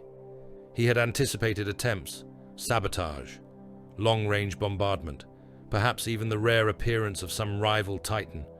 But this willingness to crawl inside a beast and tear its heart out with their own blades, impressed him in a way few things did. It did not soften his resolve. "Track the teleport traces," he said, turning from the losing side of the hololith to the parts that still held his interest. They have had to bring their silver ghosts in and out of the same few anchor points. Patterns become habits. Habits can be anticipated. Night Lord's augur adepts pored over the data, teeth bared in concentration. Slowly, a few points on the planetary surface flared brighter, places where the fabric of reality had been repeatedly brushed aside to allow Grey Knight's passage, places the Sacrament's teleportarium knew well. Dreg's smile returned. "Here," he said, indicating a blasted plaza near the gutted remains of one of the great marble cathedrals. "And here, these are their stepping stones. They must gather there to return to their sanctified steel coffin in the sky. We will be waiting." Warpsmith Kalla, still seething, found a grim satisfaction in that plan. "I can give you fire," he said. "Artillery I have left. The remains of one Warhound's upper hull still bear functioning gun arrays. Crippled, but not toothless. We can turn its corpse into a battery." "Do so," Dreg said. "We will greet their ascent with a descent of our own." On the Sacrament, amid the swirl of new data and the exhaustion of victory, the Inquisitor made his decision. "Teleportarium recalibrations will take time," a tech adept reported. "The interference from the Titan's deaths has snarled our lines. We can extract small numbers with reasonable safety, but not entire squads at once." Baum nodded. "Then we will bring them to a single point," he said. "Converge the surviving Grey Knights on an extraction zone.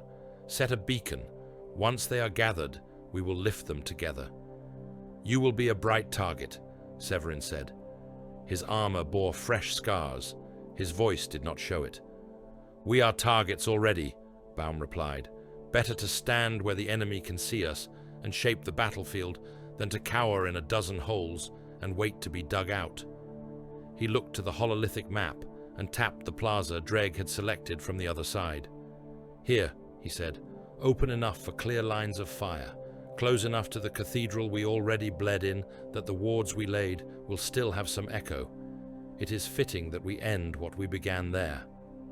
"End," Severin repeated. Baum smiled thinly. "I am not blind, brother captain," he said. "We have cut the Titans, but the Night Lords still have teeth. Even if we held Coriolanthe, the stain is already too deep. This campaign will not have the sort of ending scribes like. It will have the sort they understand." Caradoc's face appeared in a side rune. "My armor is mauled," the Red Talon captain said without preamble. "My companies are bleeding. I can hold a perimeter for a time around whatever zone you mark, but I will not be able to extract you if things go poorly." "I would not ask it," Baum said. "You and yours have already purchased our blades time and again. This last stand is Grey Knight business." "And yours," Severin added.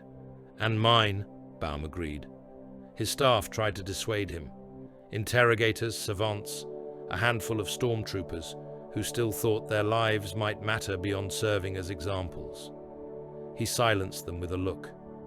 "If I am to sign my name to a purgation," he said, "I will not do it from a safe orbit. Prepare the gunship. Gather whoever is still fit to stand in silver. We go down." The Geller-warded hull of the Sacrament's gunship, more shrine than craft, shuddered as it dropped through the atmosphere. Fire crawled along its wings. The sky around it was threaded with contrails and the lingering scars of lance strikes. Inside, Baum braced himself against a handhold, feeling the vibration in his bones. Severin and Thane stood in the troop bay with a ring of Terminators, their armor lock clamps clanking with each jolt. The psychic beacon sat fixed in the center of the floor, a spire of warded metal and crystal that pulsed faintly with stored potential. "When we land," Baum said, raising his voice over the engines, "that beacon goes down and does not move. The teleportarium will use it as an anchor. Until the ritual is complete, we do not break, we do not step away, we do not die anywhere but between it and the enemy. Thane inclined his head. Understood. Severin checked the teeth of his blade, more from habit than need. We have little left to spend, he said. We may as well spend it where it will be noticed. The gunship dropped lower. The ruined city rose to meet it. Towers, like broken teeth, streets choked with rubble. The shattered cathedral came into view, its roof gone, its interior blackened. The plaza before it was a cratered expanse of stone and ash. Something moved on its edge. Artillery. Guns that had once defended parades, now turned outward, their barrels scorched. Around them swarmed shapes in midnight plate, eyes burning, blades raised. Further back, half buried in debris, the ragged stump of a warhound's upper torso lay on its side. Its head was gone, its legs were rubble, but guns still protruded from its ruined carapace, flickering as Kala coaxed sparks of murderous life from them one last time. "Contacts," the pilot shouted. "Heavy emplacements, armor signatures, incoming fire." The first shots hit. Shells tore into the gunship's flank, ripping plates aside like foil. Energy blasts chewed at its engines. The craft bucked, one wing dipping. Warning runes painted the interior in pulsing red. "Brace," Severin snapped. Baum clamped his jaw shut to keep from biting his own tongue. The pilot fought the controls, dragging the dying craft toward the plaza. "Landing is no longer an option," a panicked voice yelled from the cockpit. "It never was," Baum said. The gunship hit. It slewed across the plaza, scraping furrows in stone, shedding armor plates and sacramental icons alike. One wing tore away entirely, cartwheeling off into the ruins, the nose buried in a crater wall. The hull groaned, twisted, held. For a moment, there was only the hiss of escaping fuel and the crackle of fires taking hold. Then hatches blew. Smoke poured out, along with silver. Baum staggered down the ramp, staff in one hand, pistol in the other. Blood ran down the side of his face from a scalp wound, matting his hair. Severin and Thane came with him, Terminators fanning out, weapons already speaking. They dragged the beacon between them, setting it upright in the plaza's center, its base locking into the shattered stone with a sound like a closing tomb. Night Lords came to meet them. Raptors dropped from the surrounding ruins, jump packs howling. Terror Squad warriors advanced in disciplined lines, bolters thudding. Cultists swarmed between them, a tide of lesser bodies, eager to drown themselves in the hope of dragging one of these hated figures down. In the shadow of the broken warhound hull, demon engines clanked forward, their gears grinding, their cores pulsing with a different, uglier light. Baum planted his staff beside the beacon. "We hold until the ritual completes," he shouted, voice clear despite the ringing in his ears. "Not an instant less. After that, whatever happens is the Emperor's business, not ours." The Grey Knights formed a circle around the beacon. They interlocked their fields of fire, blades raised, armor sigils already glowing, as Severin began the opening lines of the teleport anchoring rite. The air around the beacon thickened, as if the plaza had been thrust underwater. Symbols invisible to mortal eyes traced themselves in light above it, forming a lattice that stretched up toward the bruised sky. The first wave hit.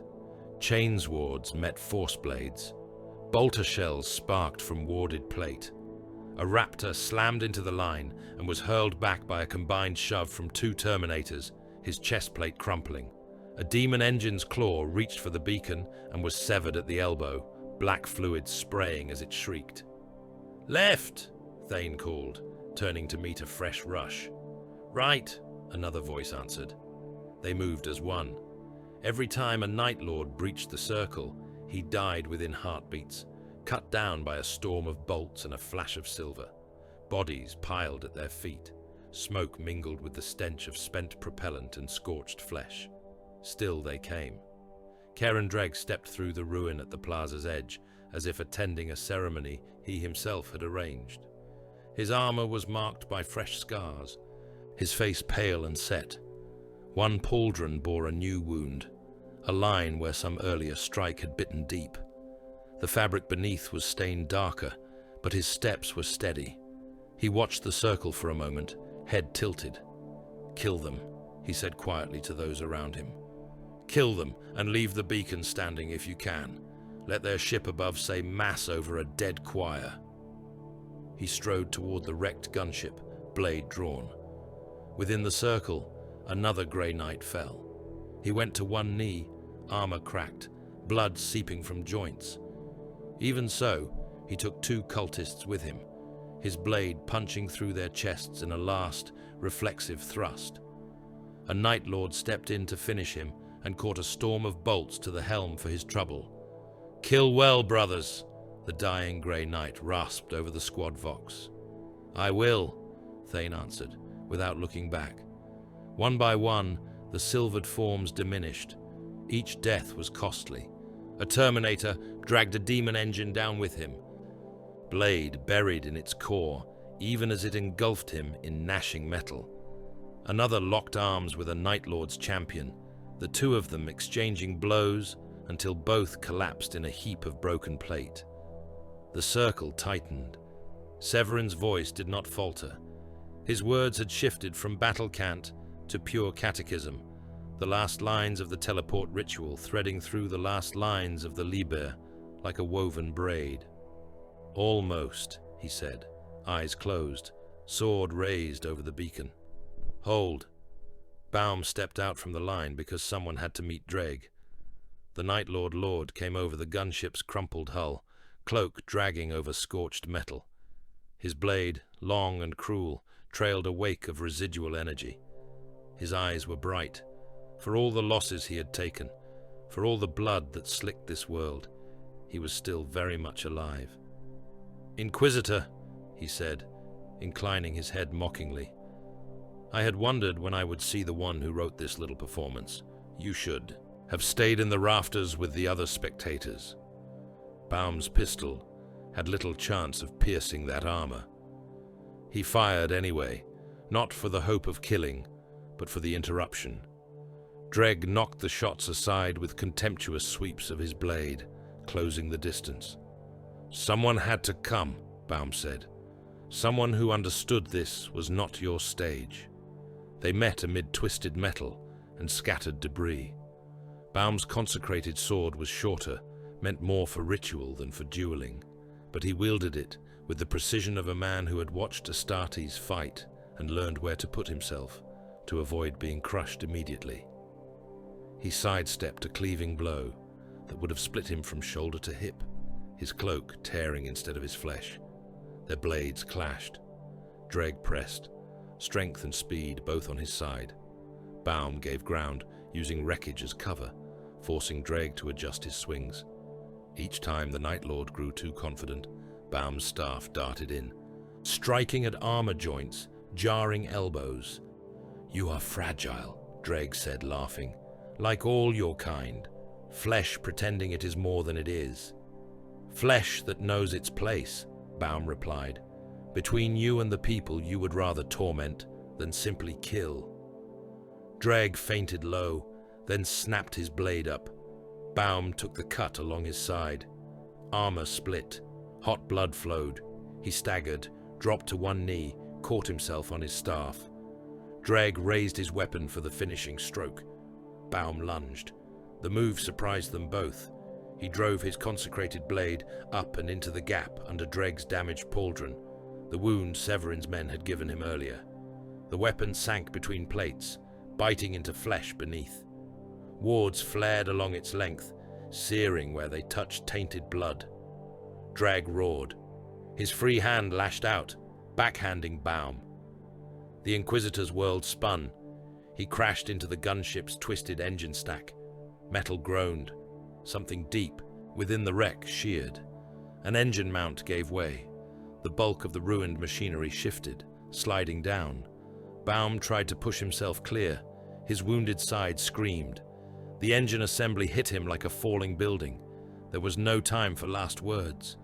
The impact drove the breath from his lungs, snapped bones, pinned him against the shattered ground. In that instant, he was simply gone, crushed beneath tons of dead metal. Chaos fire from nearby Night Lord's weapons stitched across the wreck a heartbeat later, turning any thought of recovery into futility. Dreg staggered back, dragging the consecrated blade from his side. It came free with a sound like tearing cloth. He hurled it away, snarling, clutching at the wound. It would not kill him, not quickly, but it was the sort of hurt that would leave a mark. Within the shrinking circle, Severin felt Baum's death like a candle snuffed. He did not allow himself to falter. "The ritual," he said. "Hold." Thane stood.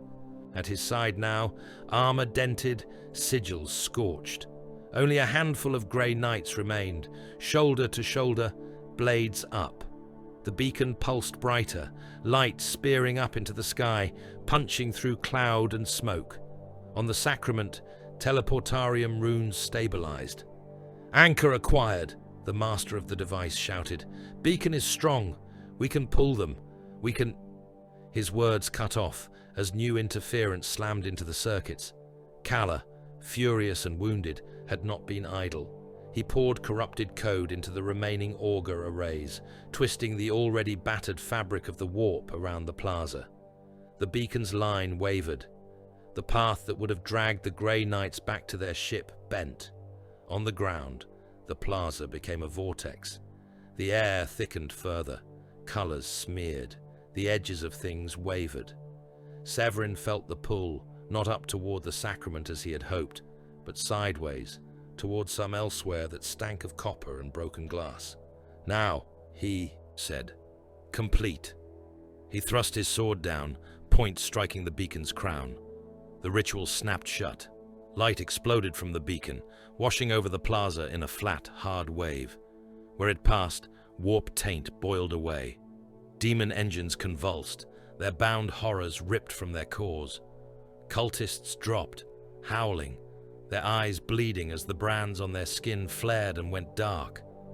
Night Lords staggered, their armor sigils dimming for a heartbeat. It was not enough to kill them. It was enough to hurt. For the Circle, it was the last catechism. The backlash hit them like an avalanche. Psychic strain that had been focused outward came crashing back. Armor warding failed in bursts of light and steam. One Grey Knight's helm simply collapsed inward, as if under a giant's fist. Another dropped, his blade falling from numb fingers. Severin swayed. Thane caught his shoulder, steadying him. For a moment, the two stood together at the circle's center, boots planted, blades raised, the last silver bulwark around a beacon that had just burned out its own heart. Night Lords closed in. There was no more room for words. There was only work. They killed until there was no one left to swing a blade. Above, red Talon ships watched. Caradoc stood on his bridge, helm under his arm, watching the tactical display. The beacon's flare registered as a spike, then vanished. Grey Knight life signs across the surface dwindled, one by one, until only scattered, flickering traces remained. "Extraction?" an officer asked, voice tight. Caradoc shook his head once. "Their path is broken," he said. "The teleport no longer has a safe anchor. If we send Thunderhawks, they will not come back. Our remaining armor is spent. Our guns are low. The enemy's engines may be wounded, but they are not dead." He looked at the image of Coriolanthe, its surface a patchwork of heat and cold, ruin and ruin. "Situation is untenable," he said. "Begin. Withdrawal procedures. Plot courses for exit vectors. Inform the Ordo that we are departing." "And the world?" the officer asked softly. Caradoc's jaw clenched. "Strategically abandoned," he said. "Log it so." In his vault of ghosts and records, Archivist Malthus Cord wrote those words with his own hand. He had seen them before, attached to other worlds. They were neat, precise, and so utterly insufficient. like a stone marking the spot where a mountain had once stood. He set down his stylus and sat back, listening to the faint hum of the hololith as it replayed once more the death of 2 god machines and the last stand of a handful of men who had chosen to die in the worst place imaginable because someone had to. The last catechism of Coriolanthe was not spoken in a chapel, he reflected. It was spoken in steel corridors and blasted plazas, in the hearts of titans and the throats of those who refused to admit defeat, until there was no one left to hear them. If there was mercy in that, it was of the coldest kind. Coriolanthe burned for a long time after the last grey night fell. Fire had always sat uneasily on marble. The world had been built for sunlight, for reflections, for soft evenings on terraces that overlooked carefully tended seas. It had not been built to endure months of bombardment and the footfalls of god machines. It did so anyway, because stone and steel do not get to decide whether they belong in war. The Night Lords decided that. In the wake of the twin Titan detonations, there was no single great battle, no final, neat confrontation. There was only scouring. The traitor Titan Legion, wounded but not broken, walked methodically through the remaining centers of resistance. The larger engines that had watched their warhound kin die now turned their attention to the work of erasure. They stepped on what still moved. They shelled what still sent signals. Where they passed, the last organized formations of the planetary defense vanished, turned into red streaks and ash smears on broken avenues. Night Lords moved in their shadows. They stalked through districts that had already fallen 3 times, hunting for those stubborn or mad enough to still pick up a weapon. They found pockets of Red Talon survivors who had not made it to their extraction zones. They found cults that had sprung up in the vacuum left by every authority's failure. They found men who refused to kneel to anyone and killed them last, because some things deserved that particular cruelty. By the time Dreg decided it was enough, Coriolanthe's marble cities were skeletal frames over oceans of ash. Arcades that had once bustled with trade were roofless ribs, open to a sky churned with soot. Sky bridges that had carried laughing nobles hung broken. Spans dropped into the chasms between towers, their fragments jutting like broken teeth. The Sky Resort floated still, listing slightly, its underside gardens burned away, waterfalls dried into stained streaks. There were survivors, there always were. Men who had hidden more deeply than anyone had imagined. Children who had slipped between crowds and rubble and somehow never been in the wrong place at the wrong time. Cultists whom even the Night Lords had overlooked in the churn of killing. They would come out eventually, blinking, and find a world that they did not recognize, and that did not recognize them. Dreg did not care about them. He stood one last time on his flagship's bridge, watching the hololithic image of the world turn. No Titans strode on its surface now. The traitor Legio's engines were marching back toward the extraction zones, towering silhouettes limned in flame. "We have done work here that will echo," he said quietly. His lieutenants stood at their stations, armor scorched, trophies new and old rattling. "Shall we remain to watch what is left tear itself apart?" one asked. "There is always profit in seeing the full measure of one's art." Dreg shook his head. "No," he said. "The longer we linger, the more chance that someone with bigger guns and a smaller sense of humor arrives. We have cut what we came to cut. We leave the scar to fester on its own." He turned from the planet. "Signal the maniple," he ordered. "All engines capable of warp translation are to prepare. Gather the warbands. We go." Warp lights swallowed their fleet in time. Coriolanthe spun on, alone. Far above, the Red Talons were already quitting the field. On the bridge of his strike cruiser, Captain Caradoc stood with his arms folded behind his back, watching the shriveling image of the world as if inspecting a wound he had no intention of treating any further. "Translation coordinates are ready," an officer reported.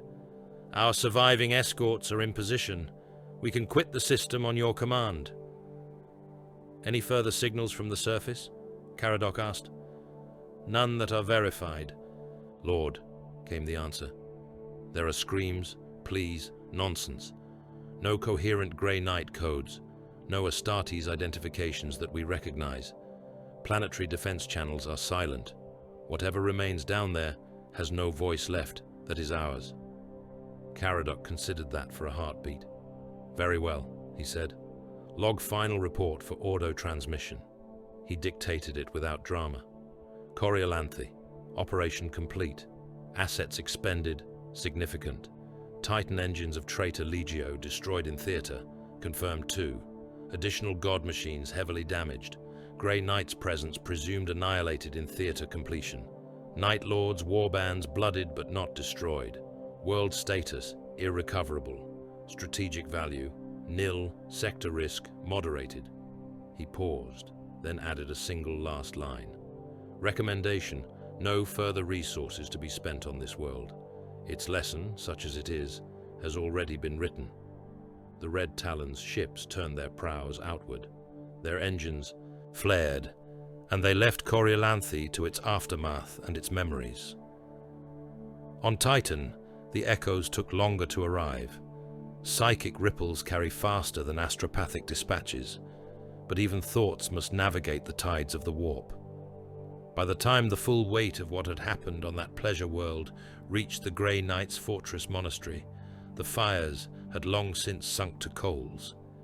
In a great hall of silvered stone, beneath a ceiling carved with the names of 1,000 hidden battles, a convocation gathered. Armored figures stood in concentric ranks, their helms off, their faces stern.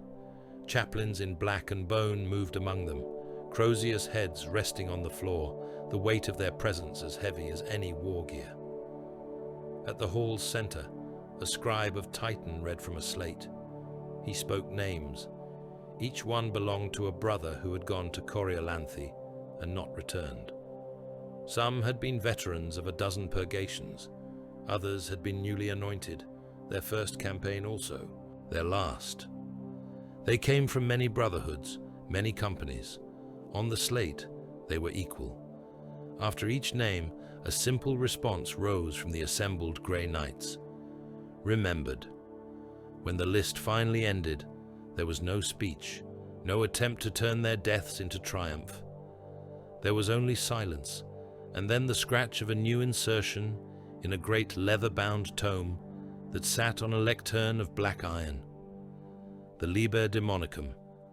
A new entry slid into place among records of campaigns that most of the Imperium would never know had occurred. The first scouring of Coriolanthe. The librarian's hand described it in terms stripped of romance. Engagement with Night Lords' warbands and corrupted Titan engines on designated pleasure world. Objective, disruption and destruction of traitor assets and denial of symbol. Outcome, partial. Engines destroyed, warbands blooded, world lost. Grey Knight's force expended in full in final anchoring rite. Necessary sacrifice, the words sat. There, quiet, between older lines that spoke of other necessary sacrifices. Far from Titan and its cold rituals, a gunship cut through the void, carrying away one more ghost from Coriolanthe. He had once been a raptor. Now he was something closer to a wound wrapped in armor. The Night Lord survivor sat strapped to a grav couch in the gunship's dim troop bay, helm off, pale face half obscured by bandages that did little to hide the ruin beneath. One arm ended in a stump of sealed ceramite just below the elbow. His jump pack was gone, torn away in the same blast that had taken his squad. His remaining eye, the other covered by a patch of dull metal, stared out through the narrow viewport. Coriolanthe's embers filled the view.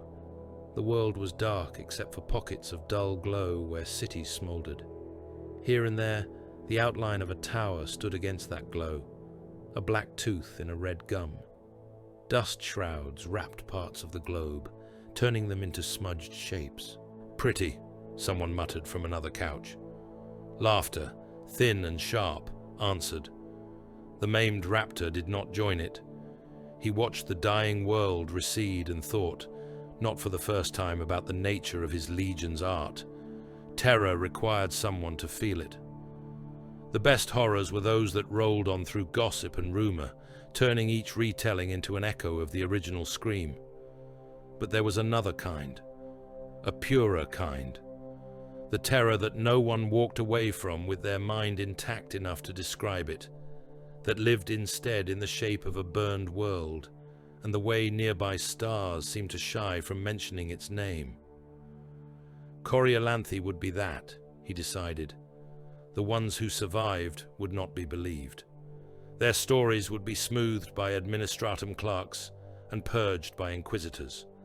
The official histories would turn this into something palatable, but the scar would remain, in warp echoes and in the instincts of commanders who would flinch when someone mentioned pleasure worlds and night lords in the same breath. He smiled, though it hurt. Worth it, he whispered, to no one in particular. In the vaults of the Ordo Malleus, archivist Malthus Cord moved through dust and dimness. The sealed chamber where he worked was lined with shelves, each bearing data slates, scrolls, and relic cases. Wards gleamed faintly at the corners of the room, their script etched so deeply into the stone that even time hesitated to touch them. He walked from one secure lectern to another, letting each device flicker awake at his authorization.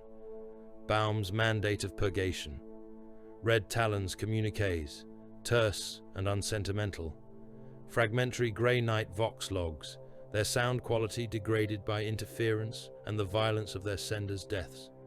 He played them in turn.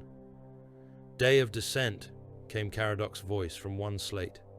Drops achieved, macro batteries retaken and destroyed as needed, civilian casualties heavy, enemy resistance inventive.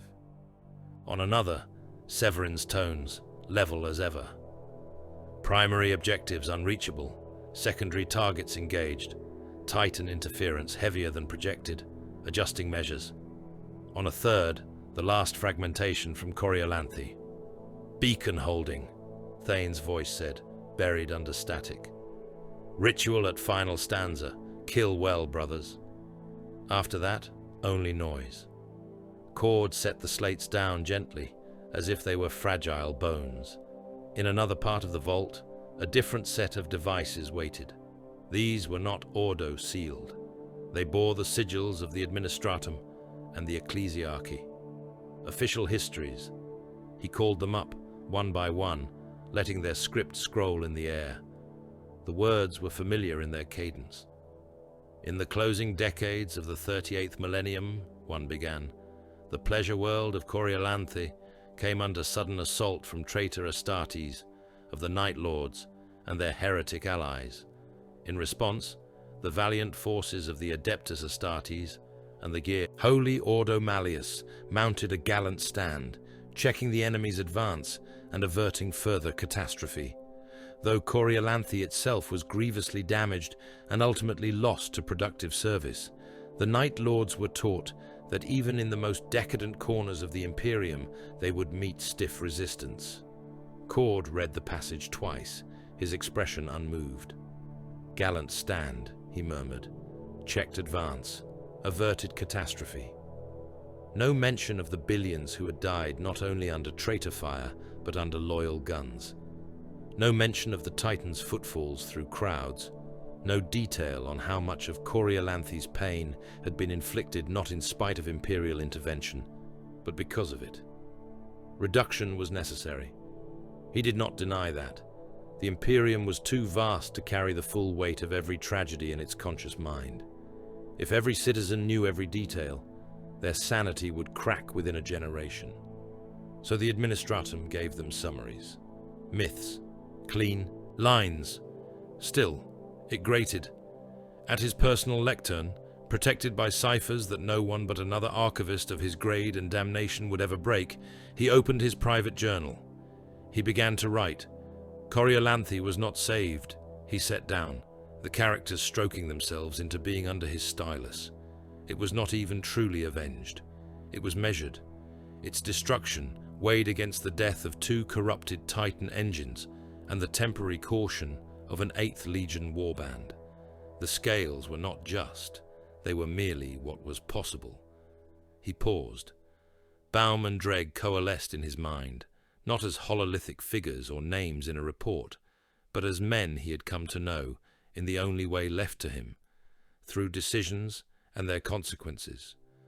Both had seen humanity as material. Dreg molded fear out of it, treating people as raw flesh for his legend.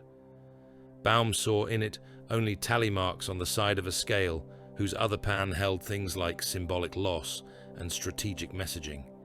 One had killed to prove to the galaxy that it should be afraid of the dark. The other had killed to prove to the same galaxy that there were still lights willing to burn themselves out rather than let that darkness go unchallenged. Cord could not decide which vision was less merciful. He wrote that too, carefully. Closing the journal, he walked to the center of the vault. At a gesture, the hololith there awoke. Coriolanthe appeared as it had been before the long night. Sunlit marble terraces, glass domes, sky bridges alive with traffic, musicians on hovering platforms, casting soft illumination over crowds dressed in silks. The sky resort floated above it all, its gardens overflowing, waterfalls gleaming. Laughter drifted from the projection, captured in some old administratum recording of a festival day. Voices raised in songs about nothing that mattered, the sound of glasses touching, the quiet murmur of contentment that had once been this world's background noise. For a moment, Cord let himself simply watch. Then he touched a rune.